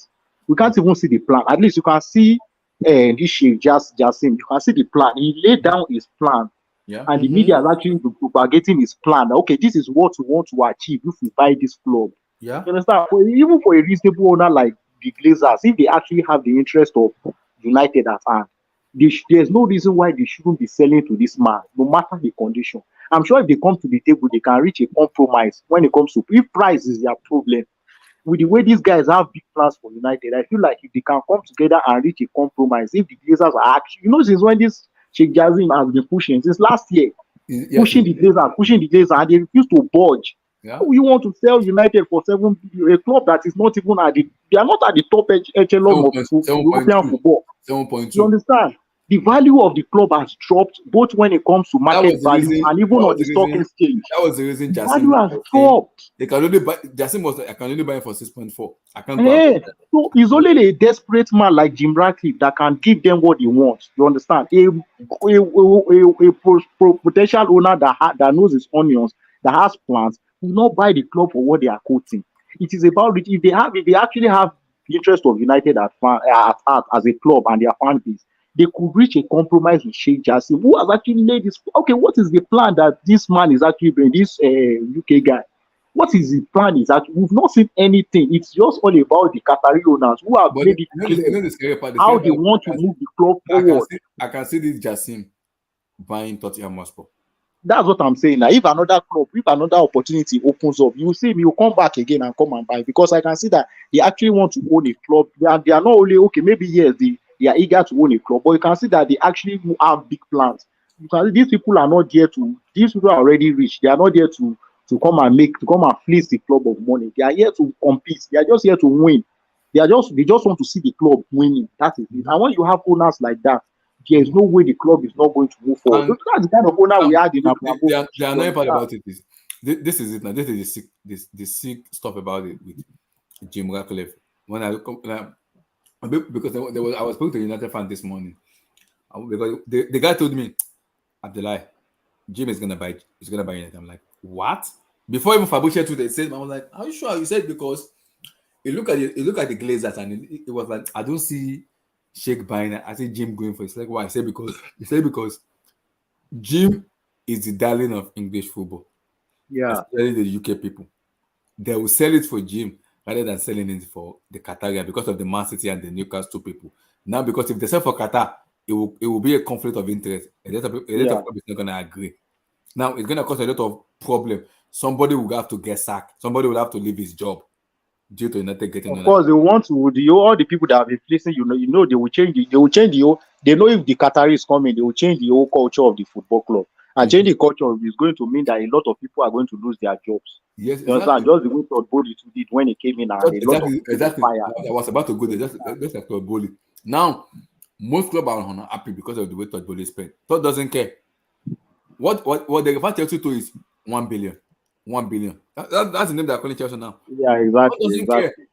Todd is telling them, look at the next spend. I release player and I buy player here to help the squad. Yeah. Talk about 1 billion stuff, but this is the scary part about it now in terms of the Qatar, because Abdullah, and the funniest thing, if the man did not spend, it's the same people that will come with the narrative of typical American owner. All they know is to make money. They are very stingy. They will not spend any money. They will just come fleece the club for business and all. Now the man has spent money. It's still you people's problem. I will thank God. If not, see this same problem that is happening with United was the same problem with Chelsea to had when this man came with his own offer. He came with the same offer. Him, the Rickett family, and Todd Bowley's group. They came with the same offer. And if you remember then, the UK media were busy propagating this man. Thank God for Abramovich then that fought, that he insisted that it is the best.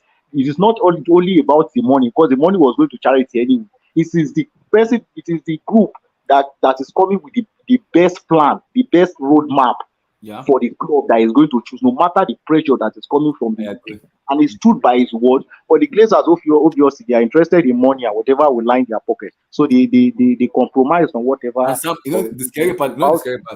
I said the scary part is 2026 World Cup.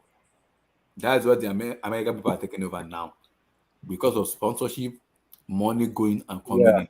2026. I'm saying it right now, live on the Blade Studio. 2026 World Cup is gonna be the biggest. I'm saying that. See, this one is gonna be big. It's gonna be bigger than Qatar. I'm not joking. Are you telling me you are saying it will be bigger than Qatar? I'm not joking. It will. It will. To beat that Qatar record. I know the Americans have the population, but when it comes to the quality of what Qatar produced, no. I'm not. How to beat it. I'm telling you that the reason I'm saying it's gonna be the biggest is because after 90, I think 94 when USA hosts the World Cup. This is the first time it's gonna be a country hosting the World Cup. Mexico, Canada, and USA hosting together. It's a joint World Cup where it's gonna be the biggest in America. Everybody in America, Texas, Chicago, New York, California, New Jersey, New Orleans, Wisconsin. Wait, So Abdullah, what many, state do you live in? everybody will Of glue course, together. America will give it publicity anyway. They'll give See, it hype. I'm telling you, They'll see, give it yeah, publicity. Qatar, everything. But America, you know what? America will do a lot. They will sell a lot.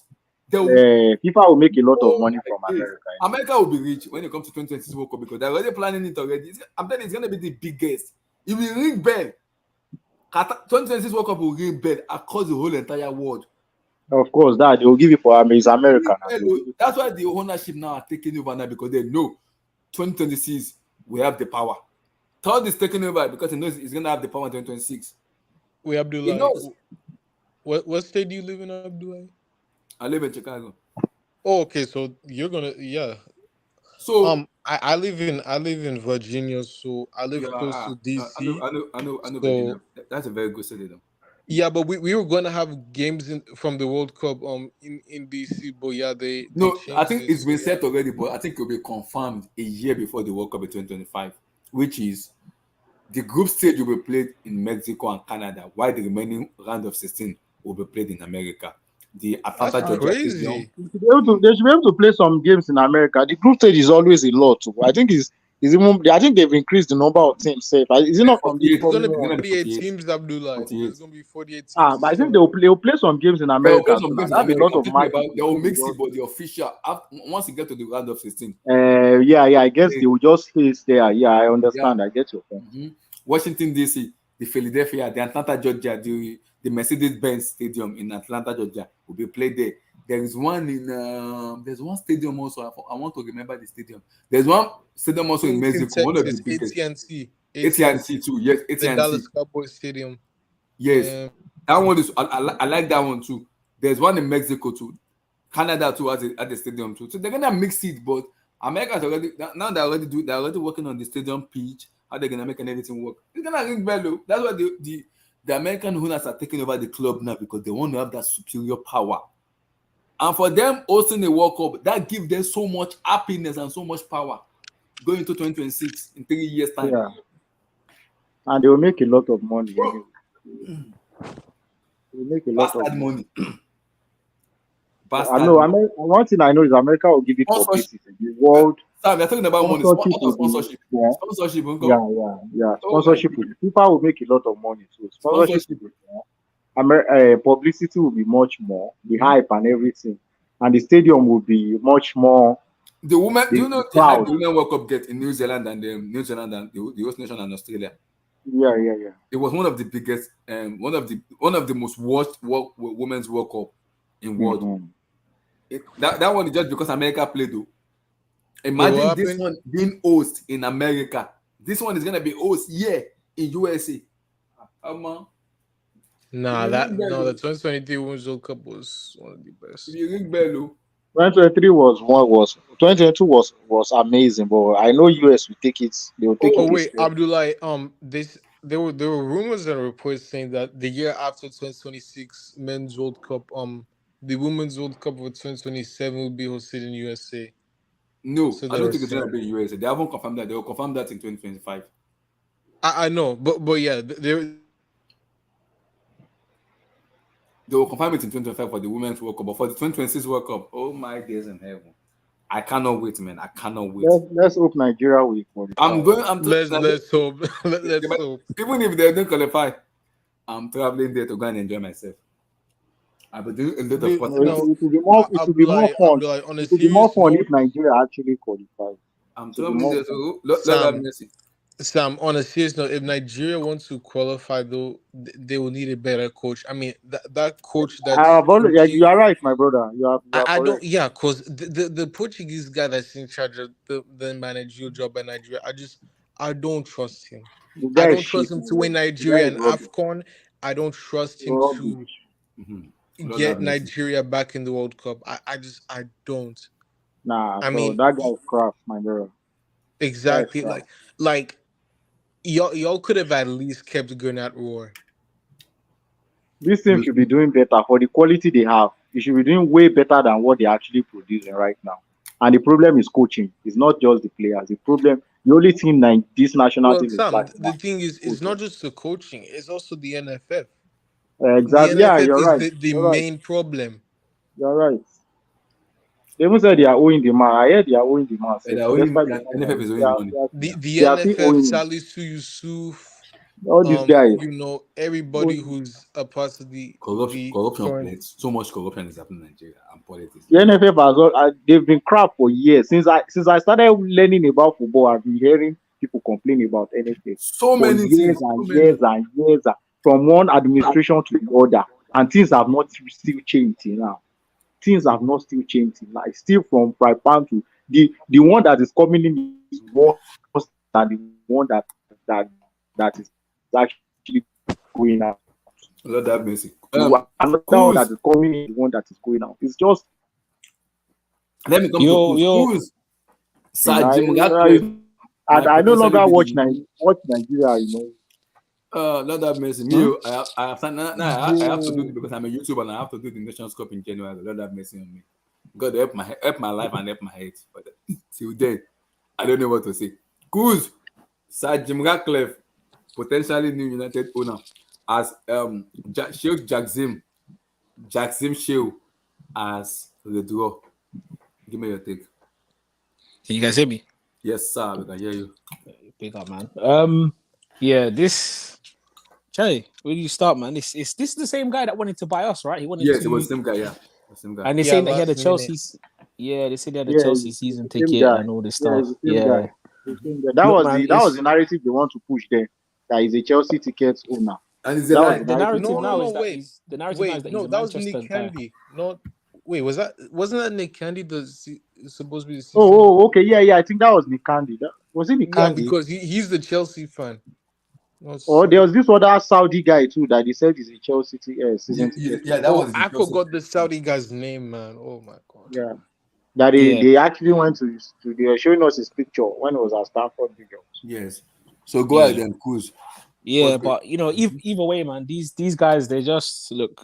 Obviously, it's Man United, so it is what it is. I mean, I don't care about them, but yeah, these guys, they're just coming to make money, man. They're coming to get whatever they can. The Glazers, wow, horrible owners, man. I feel sorry for the United fans. Horrible owners, man. But look, this is the way football is now. Obviously, there's some politics going on because we were supposed to get who came in for us? Wasn't it Saudis? Saudis.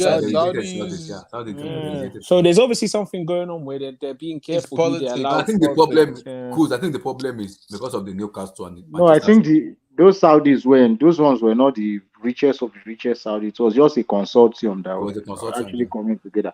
They are not the top Saudi guys. It's not everybody that is Saudi that is actually rich. There are some broke Saudi too. So those ones that were coming, they were not even willing to meet the valuation that Abramovich was proposing at first. So that's not what I heard. That's not really I heard there was definitely the Saudis wanted to buy the club, but they were just ruled out because of what happened at Newcastle, and they were basically saying it could be like a conflict to have two clubs. Conflict of interest, yeah. Yeah, exactly. So look, it's clear that these guys, they want to buy. Everyone who buys the club to a degree wants to make money from it, but these guys are doing it like so obvious, and I think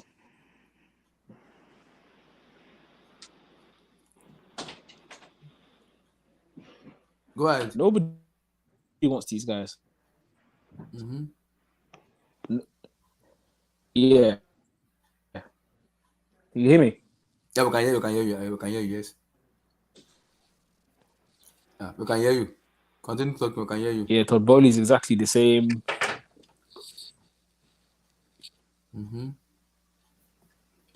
Keep talking. We can hear you. I think your mic is coming in and going out and coming in, though. I think your mic is coming in and going out and coming in. So, Kuz, are you there? I think it's network. I think it's network. Kuz, you're using a Jeguless mic or Ladipo mic. I think it's network. Kuz, do you know? I think it's back. We have two Kuz here. Kuz, can you hear me? Can you hear us? Yeah. Yeah, okay. I think we have two. Which one should I take out? Which one is talking? Which one is not talking? The one at the bottom. Yeah. This is Okay, the one up is not talking, right? Okay, hold on. Which one is talking? Which one is not talking? This one? the one up. The one out at the bottom. Yeah, this one. That one's gone. Yeah, take that one. Okay. I keep talking.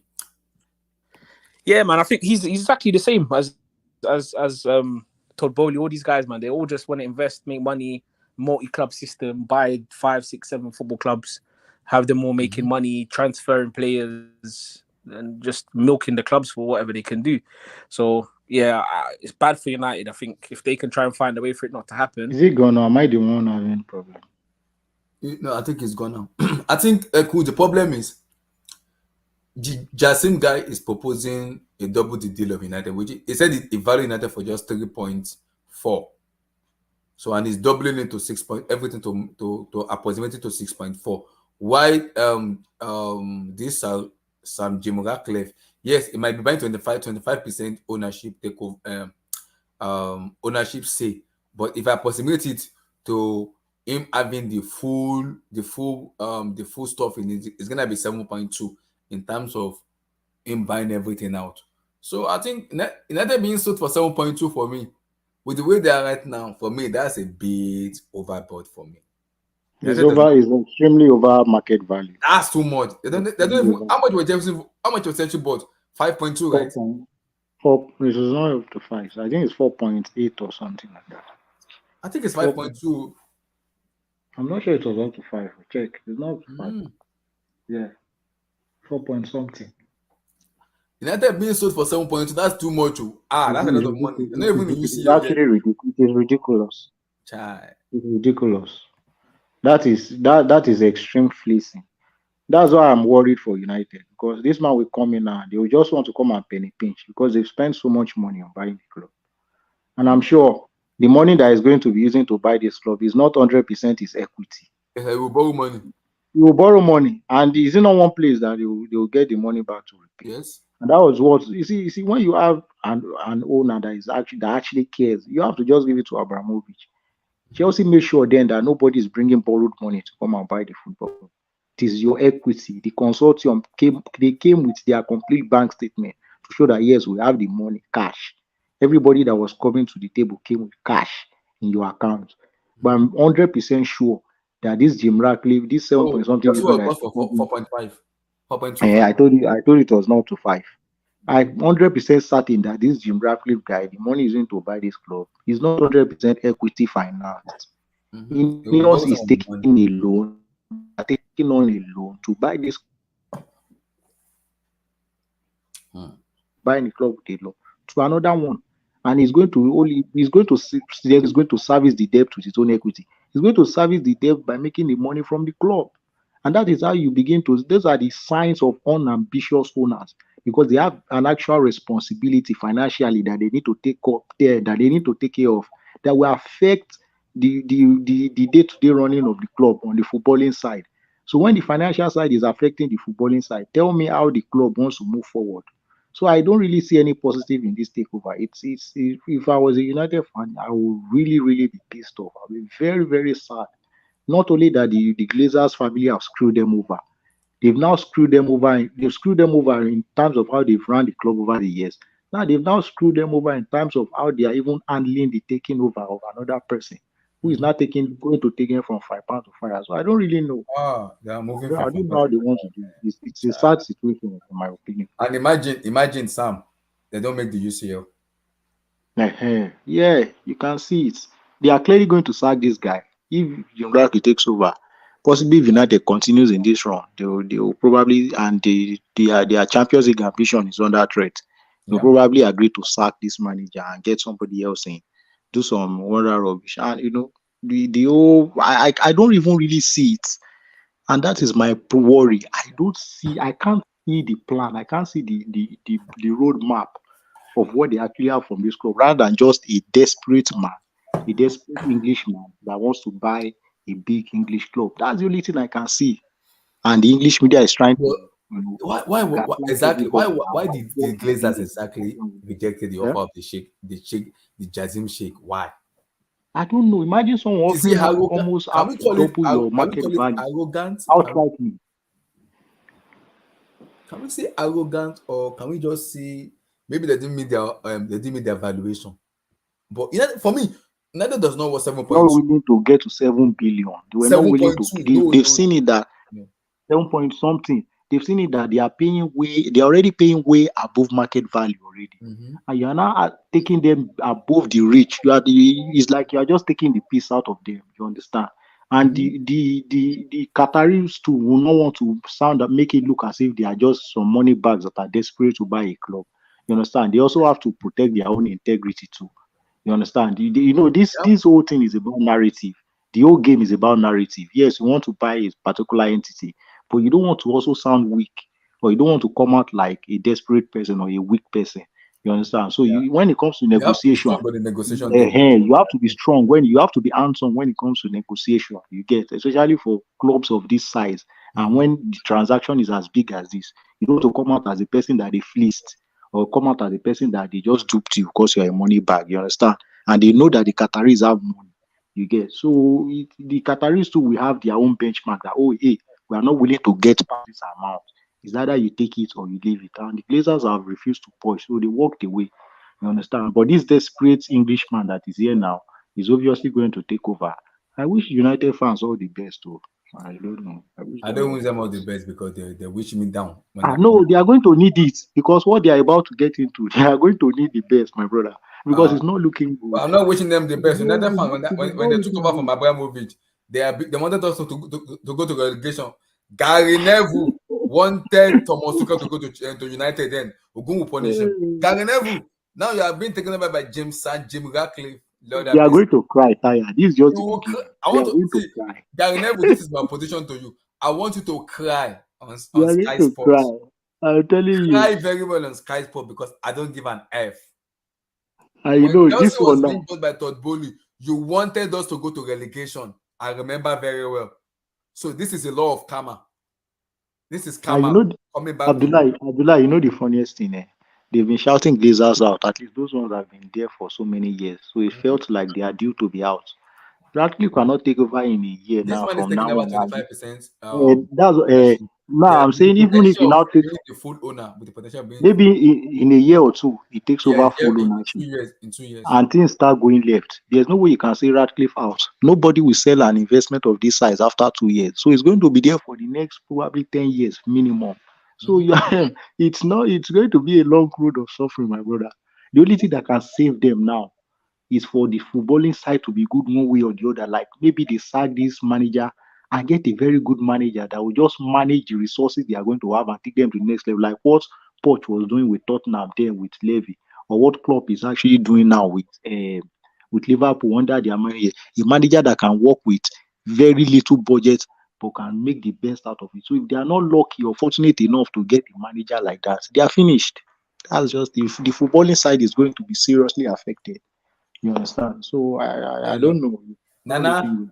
Sir Jim Ogechukwu Ratcliffe is taken over from United as Yassim as Ridigo. Yeah, tough luck. Tough luck. I don't know. It's just it's unfortunate, because I just think this is confirmation that United aren't doing anything, basically. Because with this Jim Rack, the issue is, I was like, there's too much money to be made off United, so I don't blame the Glazers for not taking the deal. There's still a lot of money to be made for them to milk out of United. So, but Nana, is United was 7.2? I don't think there was 7.2. No, but the issue isn't about that. The issue is about how much money the Glazers can make, and they feel like they can make more than 7.2. Probably, you know what I mean? They're probably thinking they could get like 10 bill by the time Ratcliffe buys them out completely. So it's tough. It's unfortunate, especially in this climate now, because I feel like the way football is now, there's too many well-run clubs in the Premier League alone. With Brighton there, Aston Villa looking like they're well won now. You know, Newcastle are being run by Newcastle. You're seeing Chelsea are going with a different approach. Arsenal are there. City are there. Liverpool, you know, the budget ain't there, but they in terms of performance with Klopp anyway, they'll be there. So it's unfortunate. I think it's unfortunate because growing up, it was Chelsea United.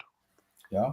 And that seems like, I don't know when United are next going to win a Premier League. It's getting to that sort of question, you know. So it's unfortunate. I think Old Trafford needs renovation.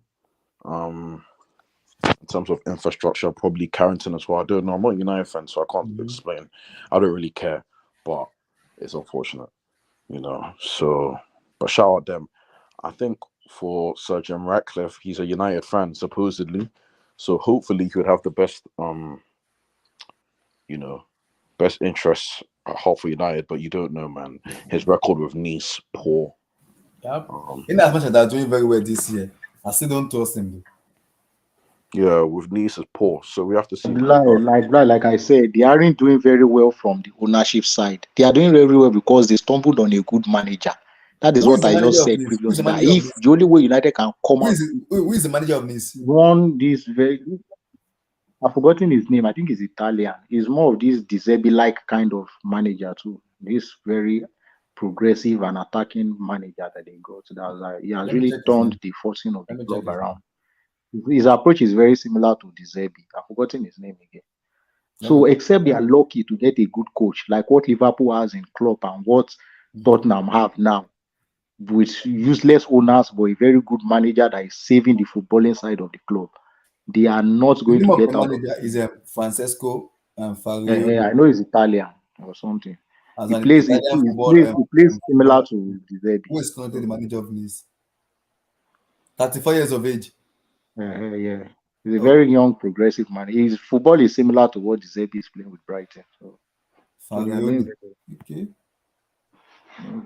They've just been lucky enough. Like the way they said Tottenham accidentally stumbled on a good coach. It's just the way Nice too accidentally stumbled on a good manager. It's not like the club is well run that is now reflecting on the footballing side. They were just fortunate to get a good coach. That's just the only thing. So you can't even say Nice. He has this record in Nice that is going to reflect on United. He has nothing. So I don't know. Good luck to them. This is like you said, from fire pan to fire. It's my bro. United fans, from fire pan to fire. Like what, Nana? Tough luck, man. But Nana, I'm happy though because United fans always do this. Remember when Todd Bowley bought us, they were mimicking us. They almost make Chelsea commit suicide. Chelsea fans commit suicide. The amount of abuse we get just because we've been bought by Todd Bowley, Baghdad, and Bali. Same thing as to now the karma is eating them very hardly now. It's eating them hard. It's like a shock of the world, which they did not expect. I think it's unfortunate. Me personally, it's sad. It's sad, but that's life. You know what I mean? That's life. Damn. Are we going to talk about Nigeria or? Lord have mercy, Nana, please don't do this to me. Please. Man, the goalkeeper, man, he made Ghana go through. I'm begging. And for the last 10 years, we do not have a goalkeeper. We've been suffering a lot for the last 10 years. Please. Yeah, let me move on. Is the only proven goalkeeper we have, and since then we have been below par. Nana, since 2014, the last time a Yama keeper was in 2014, and since then we have been crap. Yeah, man, it's a shame. Did you see Ndidi reaction? Oh man, Yeah, he looked pissed. Yeah, he was more than pissed. I'd be like, he's the captain as well, man. He almost want to punch Uzoho in his face. You blame him? Can you blame him though? Can you blame him? I blame Uzoho. Who is putting him there? Look. I don't want to get pissed off with Nigeria, man. It's annoying me. You see my reaction after that match. I was like, Abdullah will calm down. Sorry, is it the friendly against Saudi Arabia that you guys are talking about? Yes. Yeah. I did not even watch. I can't even remember the last time I watched Nigerian match. I watched the highlight now. So when I was there, I was just laughing. I was like, Uzoho, this is a basic goalkeeping. This is not hard, man. This is a basic goalkeeping. I don't know, man. I don't know. That's crazy. That's crazy though. That's Are there crazy. no Nigerian goalkeepers in Europe at all? There is one that won, Sam. There is one that won the CAF Confederation Cup with Finidi George. Is the Himba number 1? Adeleye. He's been put on the bench for why? I don't know. Let them put him in now. Just try somebody. Anybody is better than. Is the new Enyimba number 1? It was being played under Finidi George. Why isn't that being played ahead of Zoho? I don't know. Must everyone be European based? Why don't you let them try the person? If it's good enough, then it should be keeping. Sam is good enough. He won the CAF Confederation Cup with Finidi. He was number 1 with Finidi George. Why was he not being picked? It's always on the bench. It's ridiculous anyway. That's exactly what we are saying. It's the sentiment and all these things that kills Nigerian football. Because if it's a sane climb now, they will tell you if you are good enough, you have to play regardless of wherever you are coming from. As long as you are good enough and you are putting in the performance in training, you should be able to play. But this sentiment of European-based players, everybody must be European-based. Whether you are good or you are not, you walk into the starting 11 because you are coming from some obscure league in Finland or in Vietnam or in Saudi Arabia. He's abroad. You have to play. That is the problem with Nigeria. If the other is from Enyimba or from anywhere, as long as you are better than whoever is, you are the best. Put the best in there. This position has been lacking for the past 10 years now. We have over 250 million Nigeria. You are telling me Nigeria cannot produce a goalkeeper out of 250 million people. It's embarrassing. So that was always Nigeria's number 1 goalkeeper. It's more than embarrassing. And if you combine it with Maduka Okoye, it's a disgrace, an absolute disgrace. Now you have 2 goalkeepers that are not even capable of keeping for Watford already. I've even said Watford already. The Conference League in England, English Conference Division 1, or all of these ridiculous small clubs that we only hear from them on sports betting. Those are the clubs. They can't even keep for clubs like that. And they are walking into the first 11 of a whole Nigerian national team. It is very embarrassing. Maduka Okoye and so on. These guys have been turning in bad performances over the years, and they still keep recalling them. Aiding and abetting mediocrity year in, year out. And you wonder why this team has refused to progress.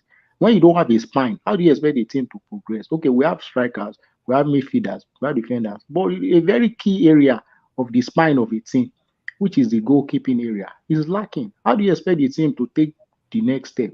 So the next thing is to leave sentiment apart and put the best person there, regardless of wherever he's from. It's embarrassing. Every time and this is error, comical errors every time. It's embarrassing. Yo, Abdullahi, let me be real. Sorry, Sam, to cut you off. Let me be real, Abdullahi.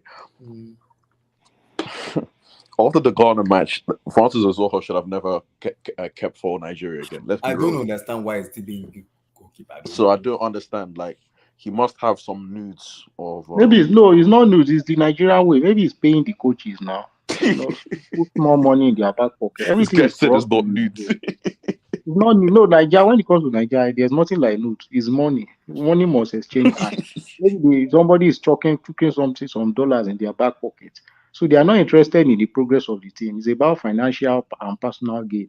So it's personal gain before progress. You understand? So, from one senator, from one governor, he's my boy, let him be playing. Take small money, take small change for your pocket. The person will find his way there. So it's not about merit in Nigeria. It's this mediocrity too that has been following for years. That's why we have refused to improve. You understand? So it's embarrassing. Regardless of whatever he does, as long as the financiers continue to finance, you continue to keep thinking performance will continue. Abdullah, you see how Abdul's joined now? This is what I wanted. Because Abdul's been. Because see, when it comes to Nigerian national team, I don't want to talk about Nigeria anymore because it will get me so pissed off that I might lose my head.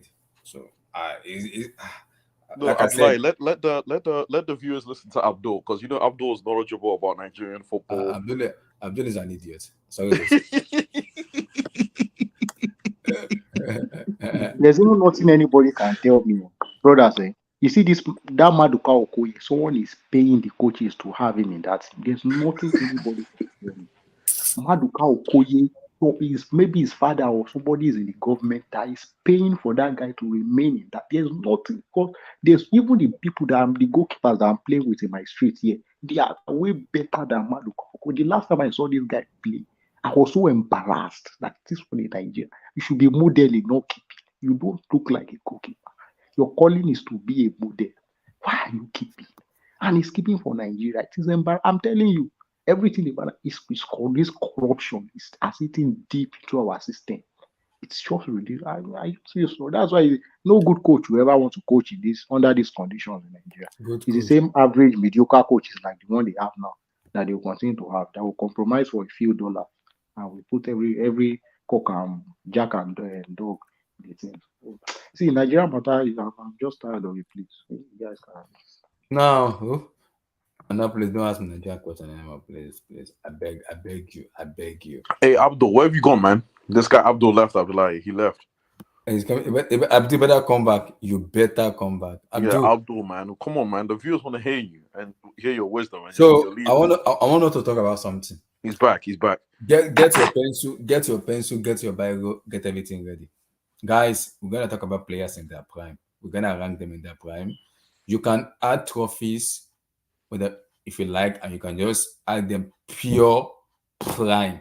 It could be 4 years, 5 years, 6 years, it could be 3 years. But what they've done in their prime, we need to we can add it to that.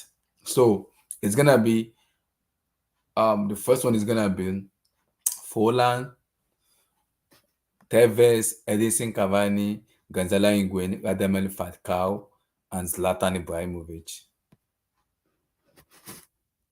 I repeat again, in their prime, it's gonna be Diego Forlan, Falcao, Cavani, Edinson Cavani, Carlos Tevez, Robbie Van Persie, Gonzalo Higuain, and Zlatan Ibrahimovic. So Nana, in their prime, rank them in their prime. You can add trophies if you like. You can just see just pure prime. Van Persie 1. Okay. Did you say Higuain? You said Higuain, right? Higuain, yeah. Higuain 2. Okay. Falcao 3. Okay. Cavani 4. Interesting. What was the rest of the names? Forlan and then Ibrahimovic. Forlan 5, Ibrahimovic 6. Yes, Ibrahimovic is lost. I have him lost. Yes. Lost. Now, rank them in their prime. Yeah, we can hear you, Abdul. We can hear you. So Sam, rank them in their Abdul, prime. We could hear you. We could hear you. Oh, he's gone. He's gone. His Wi-Fi. I think his Wi-Fi is misbehaving. Abdul, stop using Ajegunle's Wi-Fi. I'm warning you. So Sam, rank them in their prime. Abdullah. Yeah. Please, can you call them again? I want to try to type them. Okay, the first one. Hold on. Just a second. Okay. Okay. Call them. Radamel Falcao. Okay. Robbie Van Persie, Edinson Cavani, Gonzalo Higuain. Okay. And Zlatan Ibrahimovic. I thought I had Forlan or something. Forlan also, yes. Okay. There's no Aguero, there's no okay. No Aguero. No. Okay. So what are we using? Is it trophies or just randomly? You can add trophies to it, but according to how you reach them. Yeah, okay. I think just prime, but you can add trophies to it, but you can also it's prime, but you can also add trophies, but you can also do it depends. For me, I want trophies. For me, in their prime, Forlan was actually a late bloomer anyway.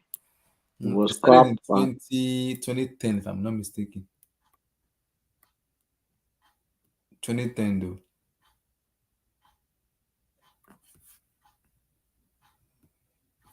Go ahead, Sam. Go ahead.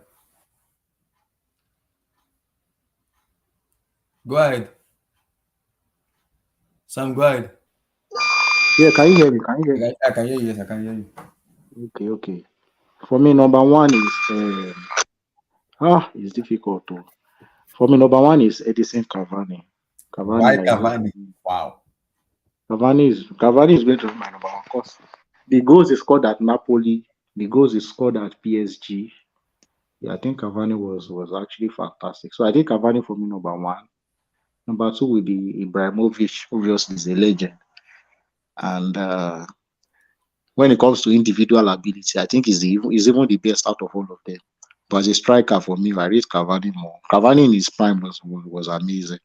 So Cavani for me number one, Ibra number two. Number three for me would be RVP. Yes. Number four Falcao. Number five Higuain. And the last for me is Diego Forlan. Abdul in their prime. Abdul left again. Abdul with his microphone. Chai Chineke. Abdul, your village people don't they follow you, Abby? Abdul, your village people don't they follow you?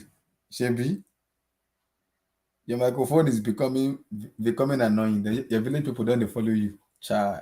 Abdul, stop using Ajugule's headphone. So for my own number one, for me, my number one is Robbie Van Persie. That's number Really? one for me. Van Persie was kind of sorry, I'm like Van Persie was kind of a late bloomer. Also, his peak was that one season at United, though. Even at Arsenal, maybe it was because of the quality of club he was at, but Mhm. he wasn't really overall. He was not okay. He had the quality, but when came to him, and he, remember, he was always injury prone at And Arsenal. that I won't forget that World He Cup. was He had a extremely phenomenal. injury prone. That World Cup was no Van Persie. Yes, he was a late bloomer, but Van Persie was good. He was Remember that World Cup, Diego Forlan's World Cup, and that Van Persie's World. I think that World Cup you are talking about is Brazil. I mean, yeah, is it Brazil. Brazil? That one and Diego Forlan, who are the most impact? I think Forlan won for me, but I won't forget Yeah, the Forlan new was generation will cheap, tell you bro. about how VP. The new generation will tell you about how VP rather than Ah, Forlan. no. I'm sorry. Okay, it's yours, Sha. Can go ahead. Uh, You can it's go ahead. tough You can go ahead. because it's tough though because the new box of guys that comes out from football now started watching football 2014, 2015. They didn't watch Forlan play. I watched I Forlan play. know. I know. What I'm saying is across their career, Van Persie was not as consistent as the likes Yes, of. He was not even as consistent as Higuain I or agree. Cavani or I Falcao. agree. He was not. His peak years were just 1 or 2 years. Yeah, RVP, as good as he was. it was because it was mostly hampered by injuries. And that's what I'm saying. So he was not even available. They said availability is the best. What did they? I've forgotten Ability. Yeah. He wasn't even available. He was injury prone at Arsenal before his peak, his best one season was that season at United. And after Mhm. Fergie left, he dropped Mhm. again when Yeah, Moyes I agree. came to take over. I agree. Maybe I'll Then probably go say my number one is I Radamel don't know. Falcao. I'll go with Falcao first. Yeah, I think I'll agree with that. That one is that Falcao prime is oh my. When I'm talking about That someone that can kill Porto you, at Falcao at Porto was ridiculous under but AVP. what on Atletico Madrid Falcao? And Oh my Atletico Madrid days! was ridiculous. Was Oh my ridiculous. days! My own chai. Fantastic. Falcao, my number one. Number two, I will go with Forlan. I was number two. My number two, I'll go with Forlan. Forlan. And number three, I will go with Ibrahimovic because in as much as people might say it didn't win the UCL, but Zlatan was oh my those some of these goals he's scoring in Ajax, Juventus, Inter Milan, AC Milan, LA Galaxy. Those goals, even in the international level, those Ibrahimovic go, oh my god. Even in FC Barcelona when he went there to under Pep, Lord have mercy. Chai. Ibrahimovic is my number third. My number four is Gonzalo Higuain. Higuain too was very good. Higuain was good. It was good in Madrid, but I think his peak year for me was in Napoli, though. It was in Napoli for me. And my number four is Cavani. Then I'll round it up with Tevez for me. So one is Falcao as my number one. Falcao. Number two. Who did I mention my number two? On number 2, I mentioned You Forlan. mentioned Fallen. Forlan as my number 2. For my number 3, I mentioned Ibrahimovic based on his ability and the weight of goals he scored is Zlatan. Number 4 for me is Gonzalo Higuain. My number 5 is Edinson Cavani. Cavani for me, Cavani.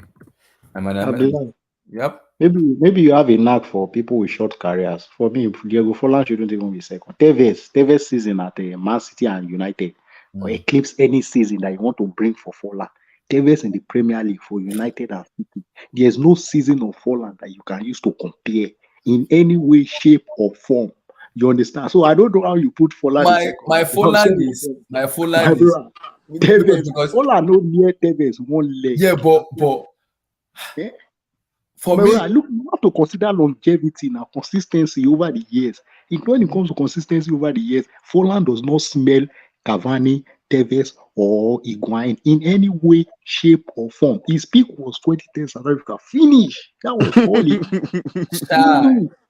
It's the truth. It's the truth. Tevez, do you remember Tevez, Rooney, and Ronaldo? Have you forgotten that? I think he played for West Ham. Tevez played for West Ham too. Tevez even at West Ham was good. At United, I think it was one or two seasons. Even in Manchester City, it was good. At City, it was next level. It was even good in Juventus. Yeah, at Juventus too, he was their top scorer. So I don't know why you are getting this your Forlan over Higuain. Yeah, I was looking at Napoli. One. Have you forgotten those seasons of Higuain at Napoli? Juventus bought him for a record fee from Napoli. Have you forgotten? So you can't be comparing, putting Forlan ahead of all these strikers. It's like maybe this South Africa 2010 thing is just in your head. I don't understand. Forlan should be the last on He that should be comfortably last. Comfortably sitting at the last position on the table. Comfortably. He's nowhere near any of these strikers in any way. He came to United. He flopped badly at United. He flopped badly at United. There's no way his peak was that World Cup. That it was just a tournament striker finish. Tournament striker. That's all he. Did Abdul speak about the Nigeria game? The last, no, don't do this on that place. I just wanted to do it because the Ablai, I spoke to some of the viewers that are watching, and they said they wanted to hear from Abdul, like, you know, his stance on Nigerian football. I go 8 hours if I'm going to talk about Nigeria. AFCON as well, how he thinks Nigeria are going to do at AFCON and all. So Abdul,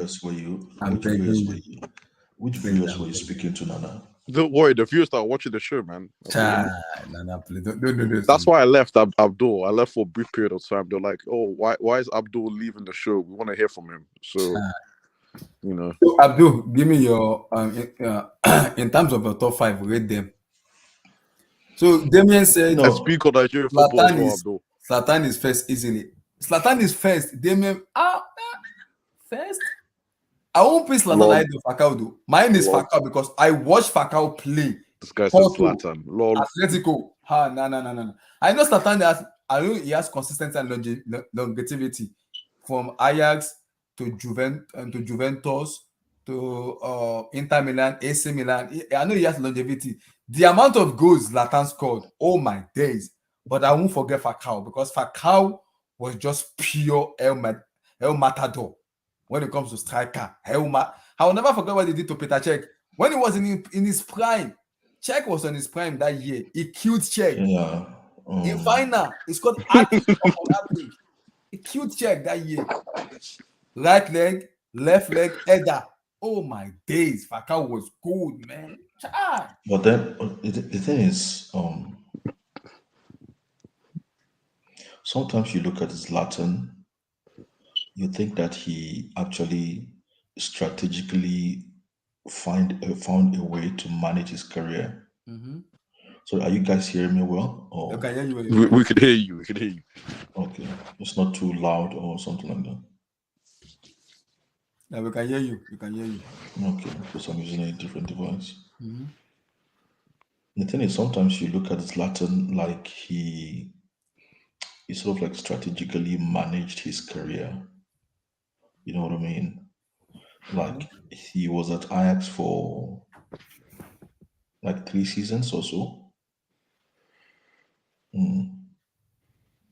And then he went to Barcelona and only was there for like 1 season. And then he was I don't know, man. Then he spent a bit too much, to me, in my opinion, too much time with PSG. Yeah, he went to PSG. I forgot he went to PSG. Yeah, and then he came to Man United. But Abdul, you missed out Juve and Inter. You missed out Juve and Inter before Barca, right? Yeah. Juve Inter before Barcelona. When he went to Inter, like He did play for Juventus. He played for Juve after Ajax. After Ajax. Yeah. When did he go to Juve? Yeah, maybe after Ajax. After Ajax. Ajax. I think Abdul, it was after the scandal. You know, the match fixing. Then he went to Inter for I think 2-3 years. Then he went to Barca for 2 seasons, flopped. Then he went to Milan. Okay. I think maybe the reason I'm saying that is because of the other strikers you're trying to compare him with. I will actually put those 3 strikers ahead of him. The only thing is I will put Cavani at number 2. Wow. And maybe no. I'll put Cavani at number 2, and then I'll put Zlatan number 3. Then Higuain number 4. And then Higuain. And I'm putting them in order of the ones I like to watch at their peak. How I like to watch them at their peak. Wait, so who was your number 1? Damn, it has to be Falcao at his peak, man. Oh my days, Falcao was good, man. Nana, to me, I watched to Falcao watch them. I'm not saying this were the best, but I'm saying at their peak, the ones I love to watch most was Falcao. But I thought Van Persie was on this list as well. No, my problem with Van Persie is he only had the best in his best season was United. He was injured in majority. He said prime, no? He said prime. Yeah, he's in his prime. He only had 1 season. But we're talking about prime, no? Yes. Falcao played for Porto in his prime. His performance was just 1 season in his prime. Now his prime was in his prime was just United. But how great was the United run? That's my issue. If you're talking about because Falcao had what 2-3 seasons? 3 seasons, yes. Atletico. But Van Persie had only 1 now. He had 2. He had 2. His last year at Arsenal and his first season at United. Even the second year at United wasn't bad at all. I think the key one that I had was just that season at United for me. I don't know.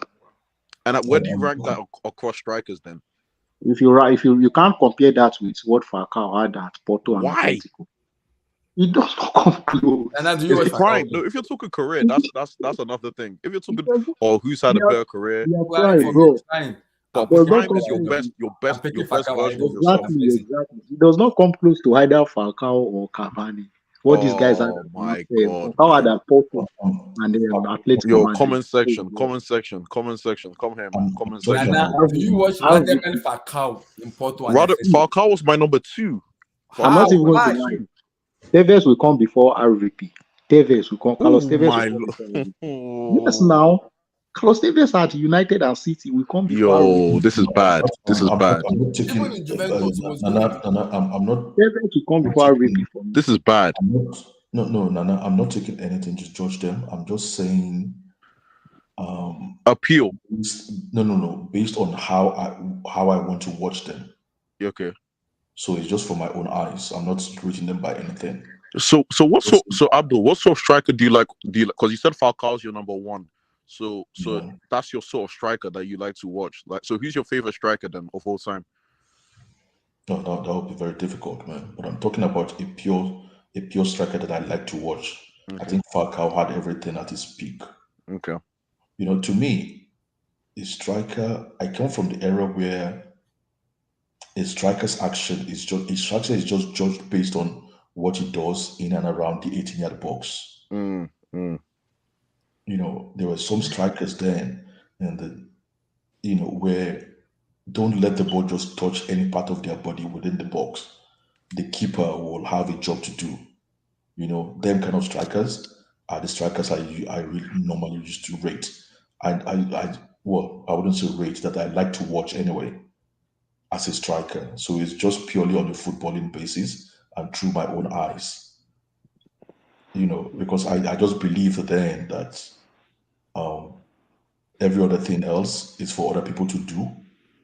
But when the ball is when the striker touches the ball in and around the box, the keeper has to be in fear. They have to be in fear. Those are the kind of strikers I like. So it's not really matter of like, oh, how many assists did he give? Did he create a chance? Or what do you normally say? Oh, did he press well? And all this stuff. And my brother, they were not rated based on XG or GA and all this It's kind rubbish of that nonsense. is I now. don't like all this nonsense, Your man. good scoring. That's not guys. Not GA and expected miss, expected pressing. Exactly. Expected threats. Because Yeah. because Nana, because I like what Abdul said, because Nana, if you watch Falcao in his prime, in his spot on Atletico Madrid's fan, that guy was deadly. A defender cannot face Falcao because that was how prolific Radamel Falcao is. That guy can score goals from any angle, right leg, left leg, header, anywhere. Put Falcao there, Falcao will score goals. That's how good he is. Because people that watch football only watch him in Atletico Madrid. I watched Falcao in Porto. That guy was deadly. Oh, here we go. I'm not joking. Radamel Falcao was deadly. Yes, now Falcao at Porto under that Europa League season before he went to Chelsea. Oh my Have you God. forgotten? Yeah. Falcao was the best He's striker my in number Europe. 2. He's my number 2. No, I can't pick Van Persie. Falcao was the best striker in Europe. Do not pick Van Persie ahead of Falcao. I'll Falcao put Van was. Persie 1, man. Excuse me. Almost. Van Persie Brother, only had one season in United. Van Persie, It's prime. That's why Abdullahi, you said prime. So his prime is his Falcao best. prime is even better than Van Persie prime. I can't agree. Because Falcao gave you consistency. bro. I can't agree. Oh my God, Van Persie over Falcao. How? Yeah, prime. Yeah, prime. I don't. No. I disagree with that. Yeah, prime. I love Falcao. It I was love just Falcao. to me, a striker is just. So I'll pick a striker ahead of a striker any day, anytime. Just give me a pure striker. Just a pure striker. They don't even have to do anything else. I mean, why do we have, to me, a striker? The question with a striker should be, why else? I mean, why do we have other players on the pitch? If you want your striker to be running around, to be pressing, to be tackling, to be creating chances, no. But when maybe it's because I've been around players who wanted to be professional footballers. I could see like they were, watching some strikers closely. You could see them when they were even training. The defenders used to be scared to be around them. When they had the ball or they wanted to touch the ball, you could see the keeper be in fear. Those are the kind of strikers I like. And that's the kind of striker. That's the kind of striker. That's the kind of striker Kelechi is. But he's going to waste his time. To me, he's just wasted like. Because I'm sorry to cut you short. People talk about him, Porto, but Abdul, I will never forget Falcao against Chelsea. I will never forget that Europa League final. That year he finished. Peter Cech was in his prime, was absolutely good. That year, Falcao killed Cech. He killed him. He finished. Oh my days. That year, I'll never forget that year. He just made the entire Chelsea. I mean, you could tell in that game, it was just in his team. It was just the rest of them and Falcao. Only him and Falcao and the rest of the Chelsea just team. let Falcao touch the ball into 18 right leg, left leg, header. I don't know why we didn't get him. Falcao made, what do you call him? He made Diego Costa to go on loan. Why did we go and get Costa? Costa just had one season all his life, just like one good season all his life, and then we went running after him. That's why after every 6 months in a season, he wasn't really performing. We should have gone for Falcao when they offered him to. I think they offered him before he went to. I think after we won the Champions League, they offered him to. What do you call him? They offered him to Roma. Yeah. They offered him to Roman, and Roman just turned him down. That was the perfect time to have Falcao. And then I don't know why he went to Monaco, but in Monaco it wasn't too. You know why he went to Monaco, Abdul. You know why? What? I To can't put remember. money I on knew the them. to put money on I the knew table. them. What do you mean? Yeah. Did something happen in Monaco then? Did they have like a new owner or something? Yeah, they had a new owner at the time because James Okay. Rodriguez went to Monaco as well. Yeah, Coutinho. It was that guy that went to. Is it And Wolves? he even won the league with Monaco. They won That the league with Monaco. midfielder. That midfielder that was. Moutinho. Yeah. Moutinho too went to Monaco, and then in Monaco, I think in Monaco. He won the league In with Mbappe. That was he had injury. Is it the ACL injury? And he never became the same since then. yes. I mean, he's still playing now. He plays in the Spanish league now. Yeah, he plays in Rayo Vallecano Audi also. Rayo Vallecano. Yeah, but obviously he's old now. Yeah, he's But old. after that injury at Monaco, he was just never the same level I again. agree. 27. Yeah, 27 to 20. That's 20. Yeah, I agree. Cruz in their peak, give me your in their prime. Give me your number 1 to 5. Mine is Falcao, Higuain, Edison Cavani, Zlatan Ibrahimovic, and Diego Forlan. So Sam has picked his own. One Nana pick RVP first and Radamel Falcao second. I don't know why he picked it, but he has his own decision. So Cruz, go ahead, brother. Cruz, talk. Yo, can you hear me? I can hear you. Yeah, in their peak. Yeah. In their prime. Sorry, go ahead. Ooh. Yeah. This is a tough one, man. Zlatan fourth. You put Zlatan fourth. I guess I understand. Yes. I Putting guess I it understand. going and Cavani ahead of Zlatan, yes. For me, I'm just gonna go by who I watched closely enough.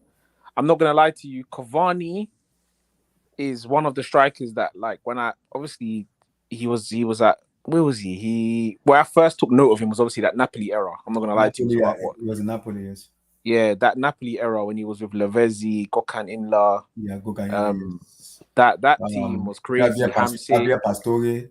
Yeah, Hamsik. That team was Maurice Hamsik. So many of them. That team was serious. Zuniga. That team was serious. So yeah, I think first has to be first of that list in terms of who's the better player, best talented, most talented player. Number 1 has to be, from a talent point of view, is Zlatan. Who is that, Enki? No comment. Yeah, I can't hear on that. You're right. When someone kissed their teeth, was you? No comment. Continue. No, talent-wise, isn't it? So Zlatan's the most talented on that list. Yes. Yeah. Career. Are we talking about careers? Sorry, you guys talking about careers or talent? We said prime.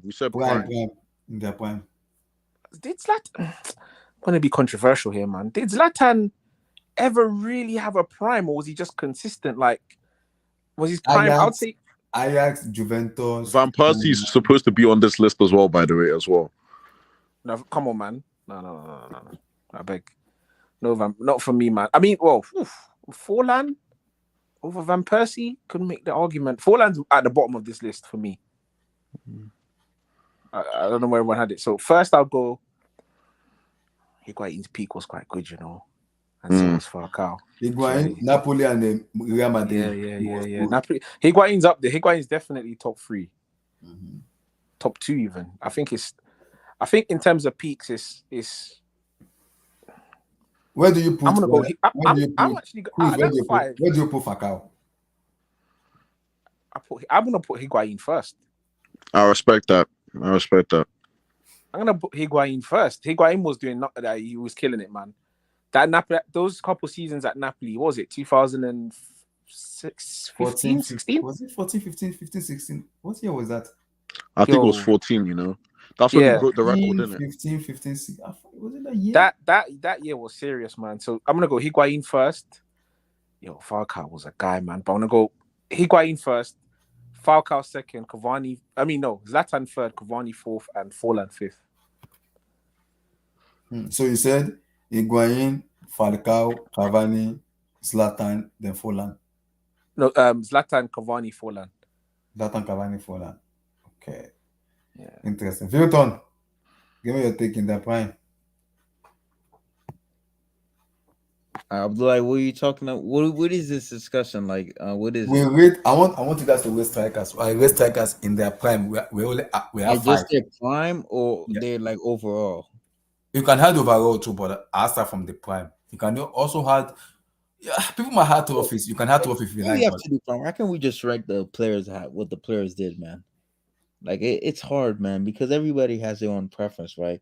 I mean, if you're gonna go for peak, right? I guess if you want to say peak, I guess you would have to say Falcao's one, right? Because he had a really high peak that season with Atletico Madrid, right? and But Porto.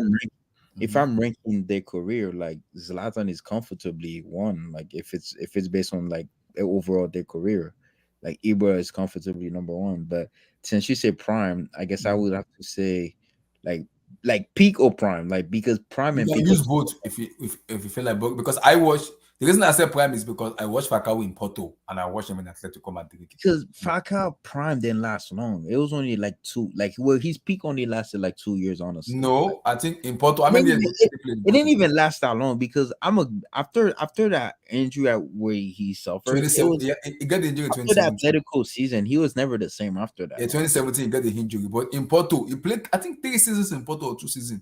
He was consistent in Porto. And Yeah, even he was consistent, but like Porto, like he was like Porto wasn't really like he was consistent in Porto. Don't get me wrong, but like it wasn't really like how do I say this? Like he wasn't really playing in the top league at that time, right? I'm just comparing it when he started playing at the elite level when he went to Atletico, when he went to Chelsea, and stuff like that. But if I would have to say peak, he had the highest peak out of all of them. Then second. Oh my god, second because Higuain is different, right? Higuain, what would you say Higuain peak was? Because Higuain peak is so weird because he at played for so Madrid, many clubs. yeah, because he played so many clubs and he wasn't really he wasn't like a consistent starter at Madrid, right? He was just like a rotational type of player at Real Madrid. And when he went to Napoli, I mean, he had the goal scoring record where he scored 36 goals that one season, but that wasn't. Was that really his peak though? Because he was already in his. But then again, people peak at different time. I guess you could count that at his peak. Then obviously Diego Fallen peak was obviously in 2010 at that World Cup in 2010. Where That he was scored. it. That was obviously his highest peak. But did you know that he won the he was the first? I think he was the player that won the Golden Boot before Ronaldo and Messi. I think he was the last player I think that won it before Messi and Ronaldo started winning the Golden Boot all the time. So Yeah, it was Diego Fallen. this Falcao year was. I don't remember was it 2000? Guys, this Jesse Falcao year was a beast. This Yeah, guy, he was a beast. But Diego oh Fallen, my days! Higuain Please, broke sorry. the Premier When goal was record. Ibrahimovic peak, please? I don't even know his He peak. had longevity, though. Did he really have a peak season? I Yeah, don't think he has. he was just a consistent merchant. Just He was had just longevity. No, he didn't yeah, have consistency. He had longevity. That was all he had. he was consistent. Ibra was In consistent. which season did When you it say comes to the that Ibrahimovic had his best season? Like, when best he was season. when he Peak. was his peak, you would have to say probably oh my god.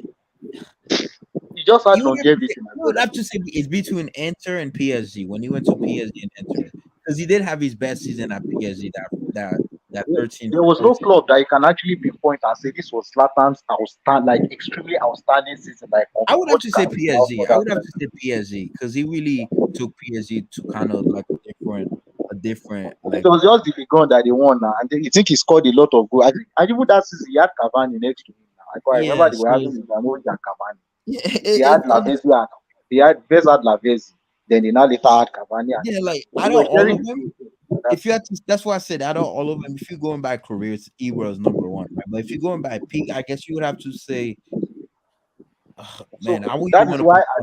I did not rank any of those any of Cavani and Falcao over him, Yeah, because if you go by, what Ibrahimovic had was longevity yeah, and he had PR, longevity and he overall has as well. no doubt he has quality. He had quality, he had PR, and he had Yeah, he's the longevity. But most when it comes talented out to of actual everybody. prime of a striker, I can't pinpoint one season that I can say yes, this is it for Zlatan.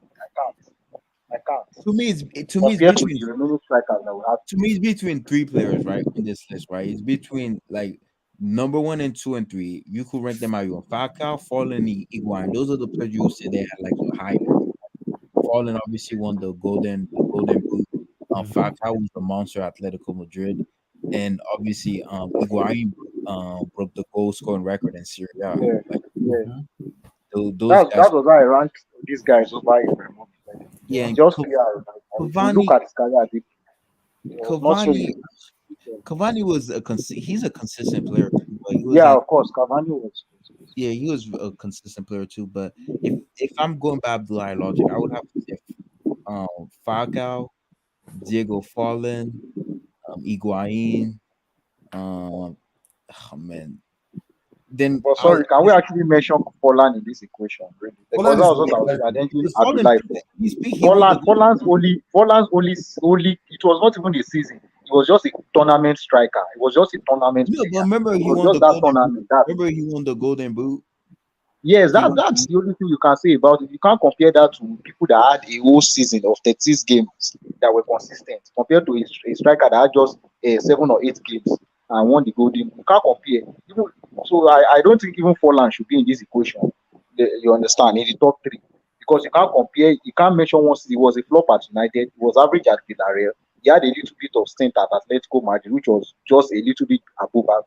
So you can't tell me that there's one particular season club-wise that Forlan was any good. It was just a tournament striker that we can say about the likes of Klose at one time, and maybe the likes of these guys too that will come and just have an James Rodriguez that time. I think in Brazil 2014.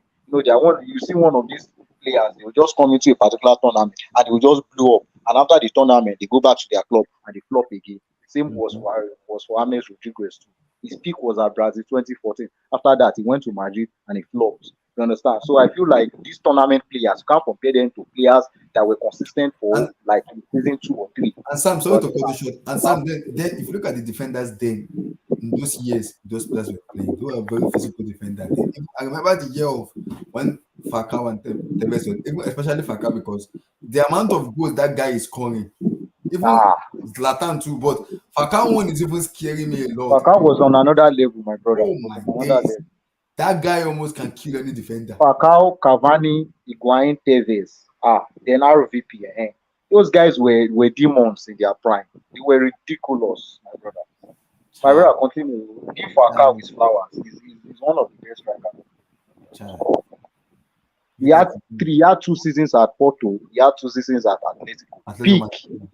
4 good peak seasons. 4. Before that field moved to Monaco, when they got a billionaire that took over and they bought Falcao from Atletico.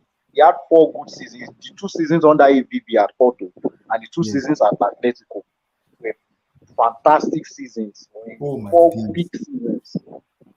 He sent Chelsea into the and that was even peak Peter Cech. He finished peak Peter exactly. Now that was Chelsea in their prime. Now Terry, Ibrahimovic, was Chelsea that year. Ramirez and all those guys.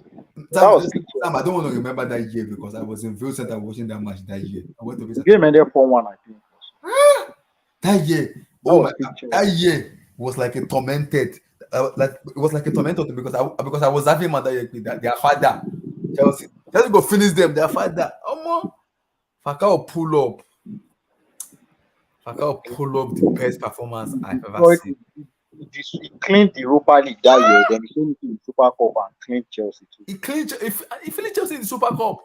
Yeah, finished the Europa League that year. Oh my! I think it was the player of the tournament. Yeah, in the Europa League was penalty, but in that Super Cup, he finished Peter Cech that year. He killed us. I'm like, I know Falcao is the best in that. Let them Falcao. I won't forget to He's the best on that. Injury just destroyed. I know injuries is part of the game, but oh my god, we see there are some certain striker when you watch them, you just have to like enjoy. I know Falcao was a complete striker. Enjoy and laugh, man. Like, oh my days. When you talk about instinctive strikers that just have that instinct, that killer instinct in the box. Anywhere they are in the box, they will score. Anywhere, nothing like SB or G or anything. They are there at the right place at the right time. Killers. That's Falcao. You have to respect when you see a good striker. You have to. I don't see any of these modern day strikers that come close to what Falcao was doing. Yeah, when Falcao I'm was sorry, playing, you I have to don't. pay attention to his striker that year. You have to pay attention. No, Yeah, Falcao was just good. I'm sorry, I don't even see any striker in this generation.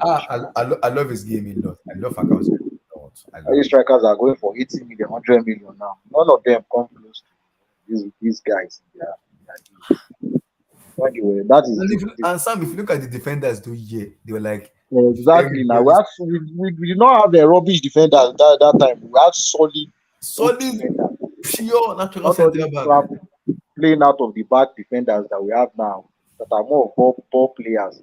You first know how to play ball first before you defend. Those ones were defend first defenders then. Hey, defense Iron well before you defense play first ball. defenders. That was all Falcao and the likes were playing against then.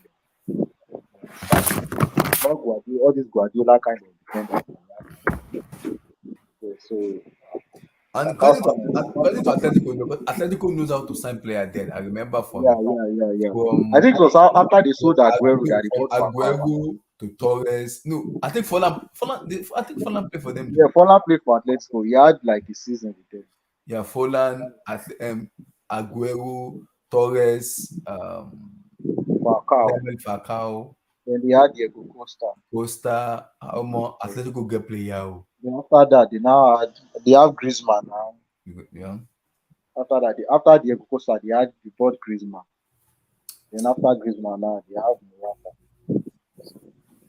We've always had good strikers anyway. Atletico they know how to sign player. That's what I give them. They've always had good strikers. They You do. have to give it to them. They do, man. They do. Abdul, That season was a nightmare. That Super Cup final. Oh my God. Abdul, tell me, Abdul, do you want that? Do you The want one that? we lost to Bayern was not even as bad as that one against Yes. Atletico Madrid. Let me ask Abdul. That Super Cup between Chelsea and Atletico that Falcao finished us. It was a Do you want that nightmare. match that year? Eh?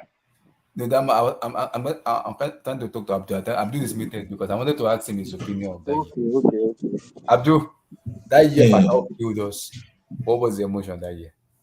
Yeah, but the thing is, I had already been aware of Falcao before that game. So even that game, I was scared of him already. And then he just shredded us into pieces, man. It was like you couldn't do anything. I mean, he made us look like and we were actually coming into that game as Champions League winners, Yes. and they were coming as As a Europa League Europa winner. winners. But the way the game went out, it was like they were the Champions League and we were from Europa League, yes. You know, the way they played us in that game. Falcao It was clean like out that day. He clean out. it was like we were at a level lower than them. I do remember him that is long hair. Remember that is long hair. That is long hair. When he's caught, that is long hair. Well, now long. I'm like, who the heck is this man? That's to me, I rate a striker by how good you are at attacking the box. You know what I Falcao is mean? good in that aspect. Is good though. Nobody know if you don't know how to attack the box as a striker, to me, you are just scoring goals. Abdul, that year because that year people were like, which Falcao goal was the best against Chelsea in the Super Cup? I would say for me the left goal. The goal he scored with his left foot. Yeah. Chai. They no bunch check goal that year. They no bunch check. You Was like, wouldn't even know we had check in the post that day. The way he made it look Abdul, easy. peak check. It's not a trash check. Peak. You know, so Chai. I really rate him. You know what paid me that year was because we won the UCL that year. I was not having mouth. I was abusing so many players. What the fuck? Yeah, Champions League now. Can't you respect us? What's happen now? Give us respect. Somebody was like, "Do you know what Falcao? Who the fuck is Falcao? Leave Falcao here, bro."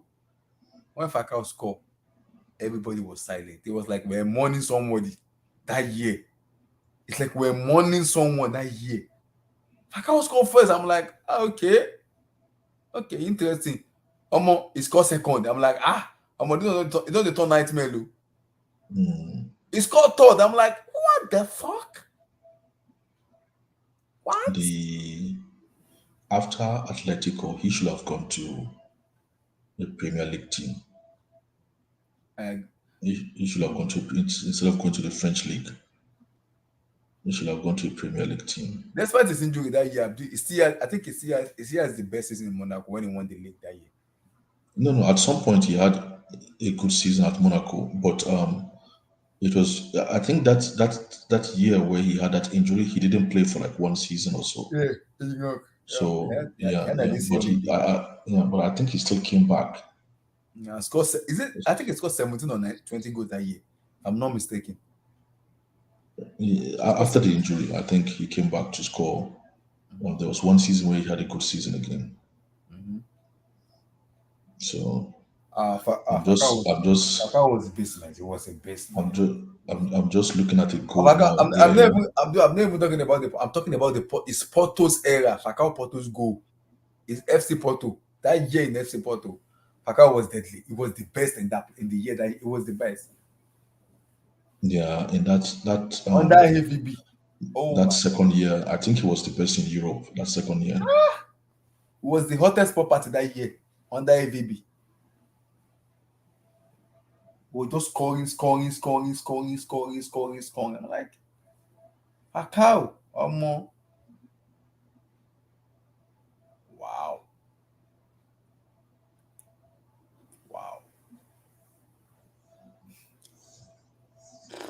Abdul, your quick take on the United takeover. What's your feeling? Has it happened? I thought it's not happened now. Jim Ractcliffe is yes. The Qatari has pulled out. They've pulled out. They're not buying it. So it's gonna buy 25% ownership stake, then potentially becoming the potential owner in 2024, 2025. Yeah, so the Qatari want to go for 6.4. Why the Jim Ractcliffe is buying it for 7.2? To be honest, I'm not really paying attention until it happens, because it's been ongoing for a long time now, hasn't it? Yeah, it is. I think it's coming to a conclusion. If it happens, well, to be honest, if it doesn't happen, I don't really care. If it happens, I don't really care either, because it's really got nothing to do with me.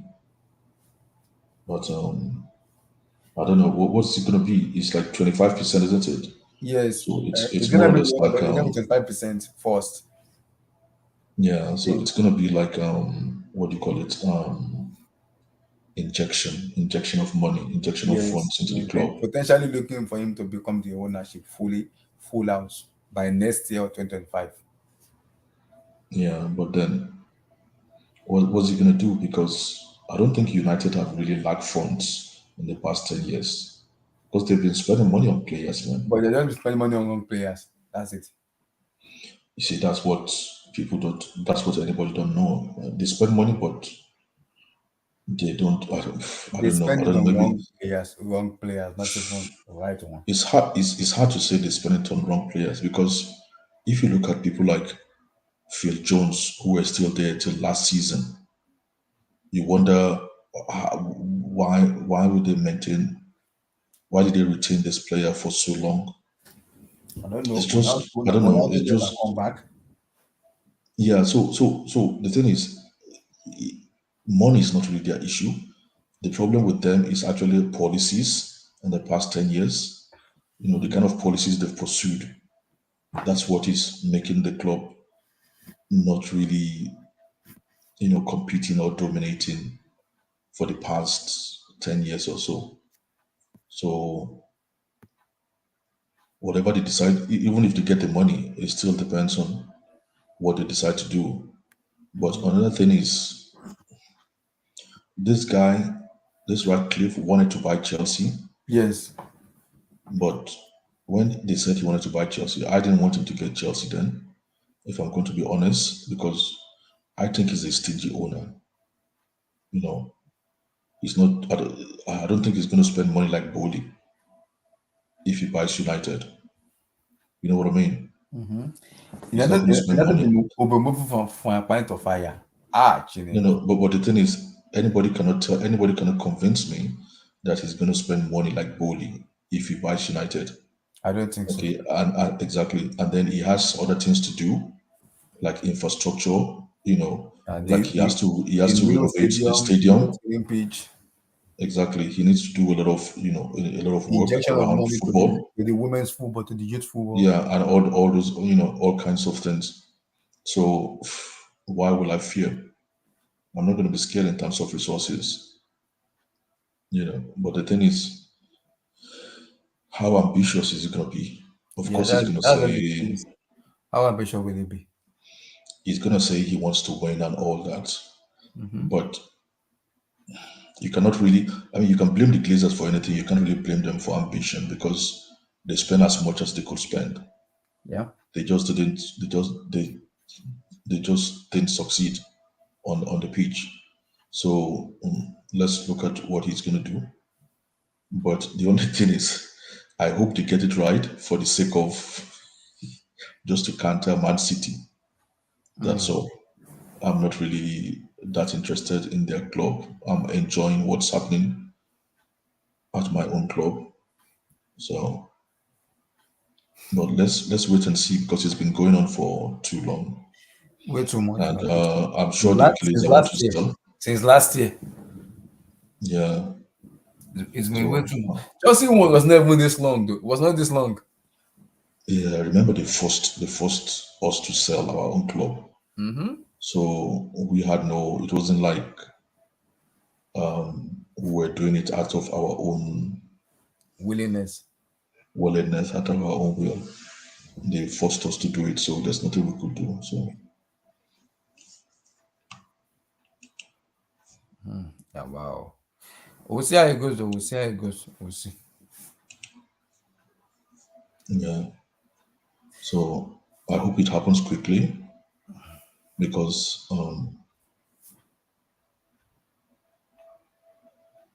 I would like to see the competition they'll give Man City. You know what I mean? I'd like to see the competition they give Man City and see maybe they'll give Man City a strong competition or not. But yeah. But we'll see how ambition Jim Ratcliffe is. Yeah, Mr. Sark. He's a United fan and he wanted to buy Chelsea. Thank God for that, man. Lord have mercy. Thank you, God, man. This man, man. I will have start using the Salah to start bringing the Salah to start bringing to God for God should just take this man. Yeah. Can you imagine? He was a United fan. He wants to buy Manchester. But the most freaking part about it is, if this man take over, United is finished. When I say finished, Abdul, they are done. Why do you say that? Okay, because this ownership doesn't show me track record of an ambition owner. That's number one. United wants to win cup trophies season after season. If United doesn't make it to the UCL, Abdul, United are done because now the ownership have to extraordinarily go out of their pocket way to spend money, which I don't see them doing. So you don't think he's going to? He will spend money, but he won't spend money like you don't think he's going to spend like the Glazers? No, he will spend money, but I don't think he will spend like the Glazers. He will spend money, but I don't think it's going to be like the Glazers, but it will. Because the Glazers have spent a lot of money over the past years. Actually, the Glazers have been there since before Alex Ferguson left. Yes. And they were spending money then. Mm-hmm. Yeah, I don't think he's going to spend money like the Glazers. Mm-hmm. But he used to own Nice, is it? Yeah, I do know of this, and they're doing very well this season. They are second in the table. Does he still own Nice or yeah, it's the owner. He's the owner of Nice. Still own Nice, okay. Mm-hmm. Well, so what are United fans saying? Are they really happy or are they excited? Oh, wow. Well, we'll see. So, guys, like David does latest on the updates we can give you guys from United hierarchy ownership. Like me now, I'm just happy enjoying myself because United fans almost finished up because of Abramovich's takeover. United fans, you can hold on. You can hold on to that Ractcliffe yours. Thank God, Qatar is not buying you guys. You almost finished us. You wanted us to relegate Abi, but God is bigger than you. Karma is a bitch. United fans, Karma is a bitch. When Karma hits you, are United fans happy that they are crying, Abdul. They are crying. they were they hoping for Qatar to? Yeah, they were hoping for Qatar, yes. Okay. They were hoping for Qatar. And So they Qatar gave like us money. So they like money. but when we spend money, they abuse us that we are spending. They abuse us. So they like money. So they like money. So why were they abusing us anytime we were spending money? Well, They think that they have sense. I mean, United fans, hold on to that, man. Hold on to that, man. Hold on to that. We'll see how the news escalates going forward. But congratulations to Manchester United fans of having their new ownership in his name of Sir Jim Ogochukwu Ractcliffe. Sam Jim Ogochukwu Ractcliffe. Ractcliffe, welcome to Old Trafford. The fans are waiting your present. We hope it takes over very soon. We Amen. hope the ownership is concluded very soon. Amen. So I can banter United very well and make them go and hide, and they will never show up for life anymore. And it's showing you guys wanted us to relegate. United fans were telling me we're gonna be playing against Luton Town, Sheffield Wednesday, Rockdale, Sheffield. I'm like, excuse me, Sunderland, Stoke City. Imagine Ryan Shaw Cross, Stadium of Light. Imagine that, Britannia Stadium. Wanted us to play there. United, karma eats. Karma is a bitch. When you are open for bad things to your fellow people, that bad things will come back to haunt you. Thank you very much, Jim Ractcliffe, for buying United. I'm the happiest guy right now because karma is a bitch. That's karma. United fans, hold on to that.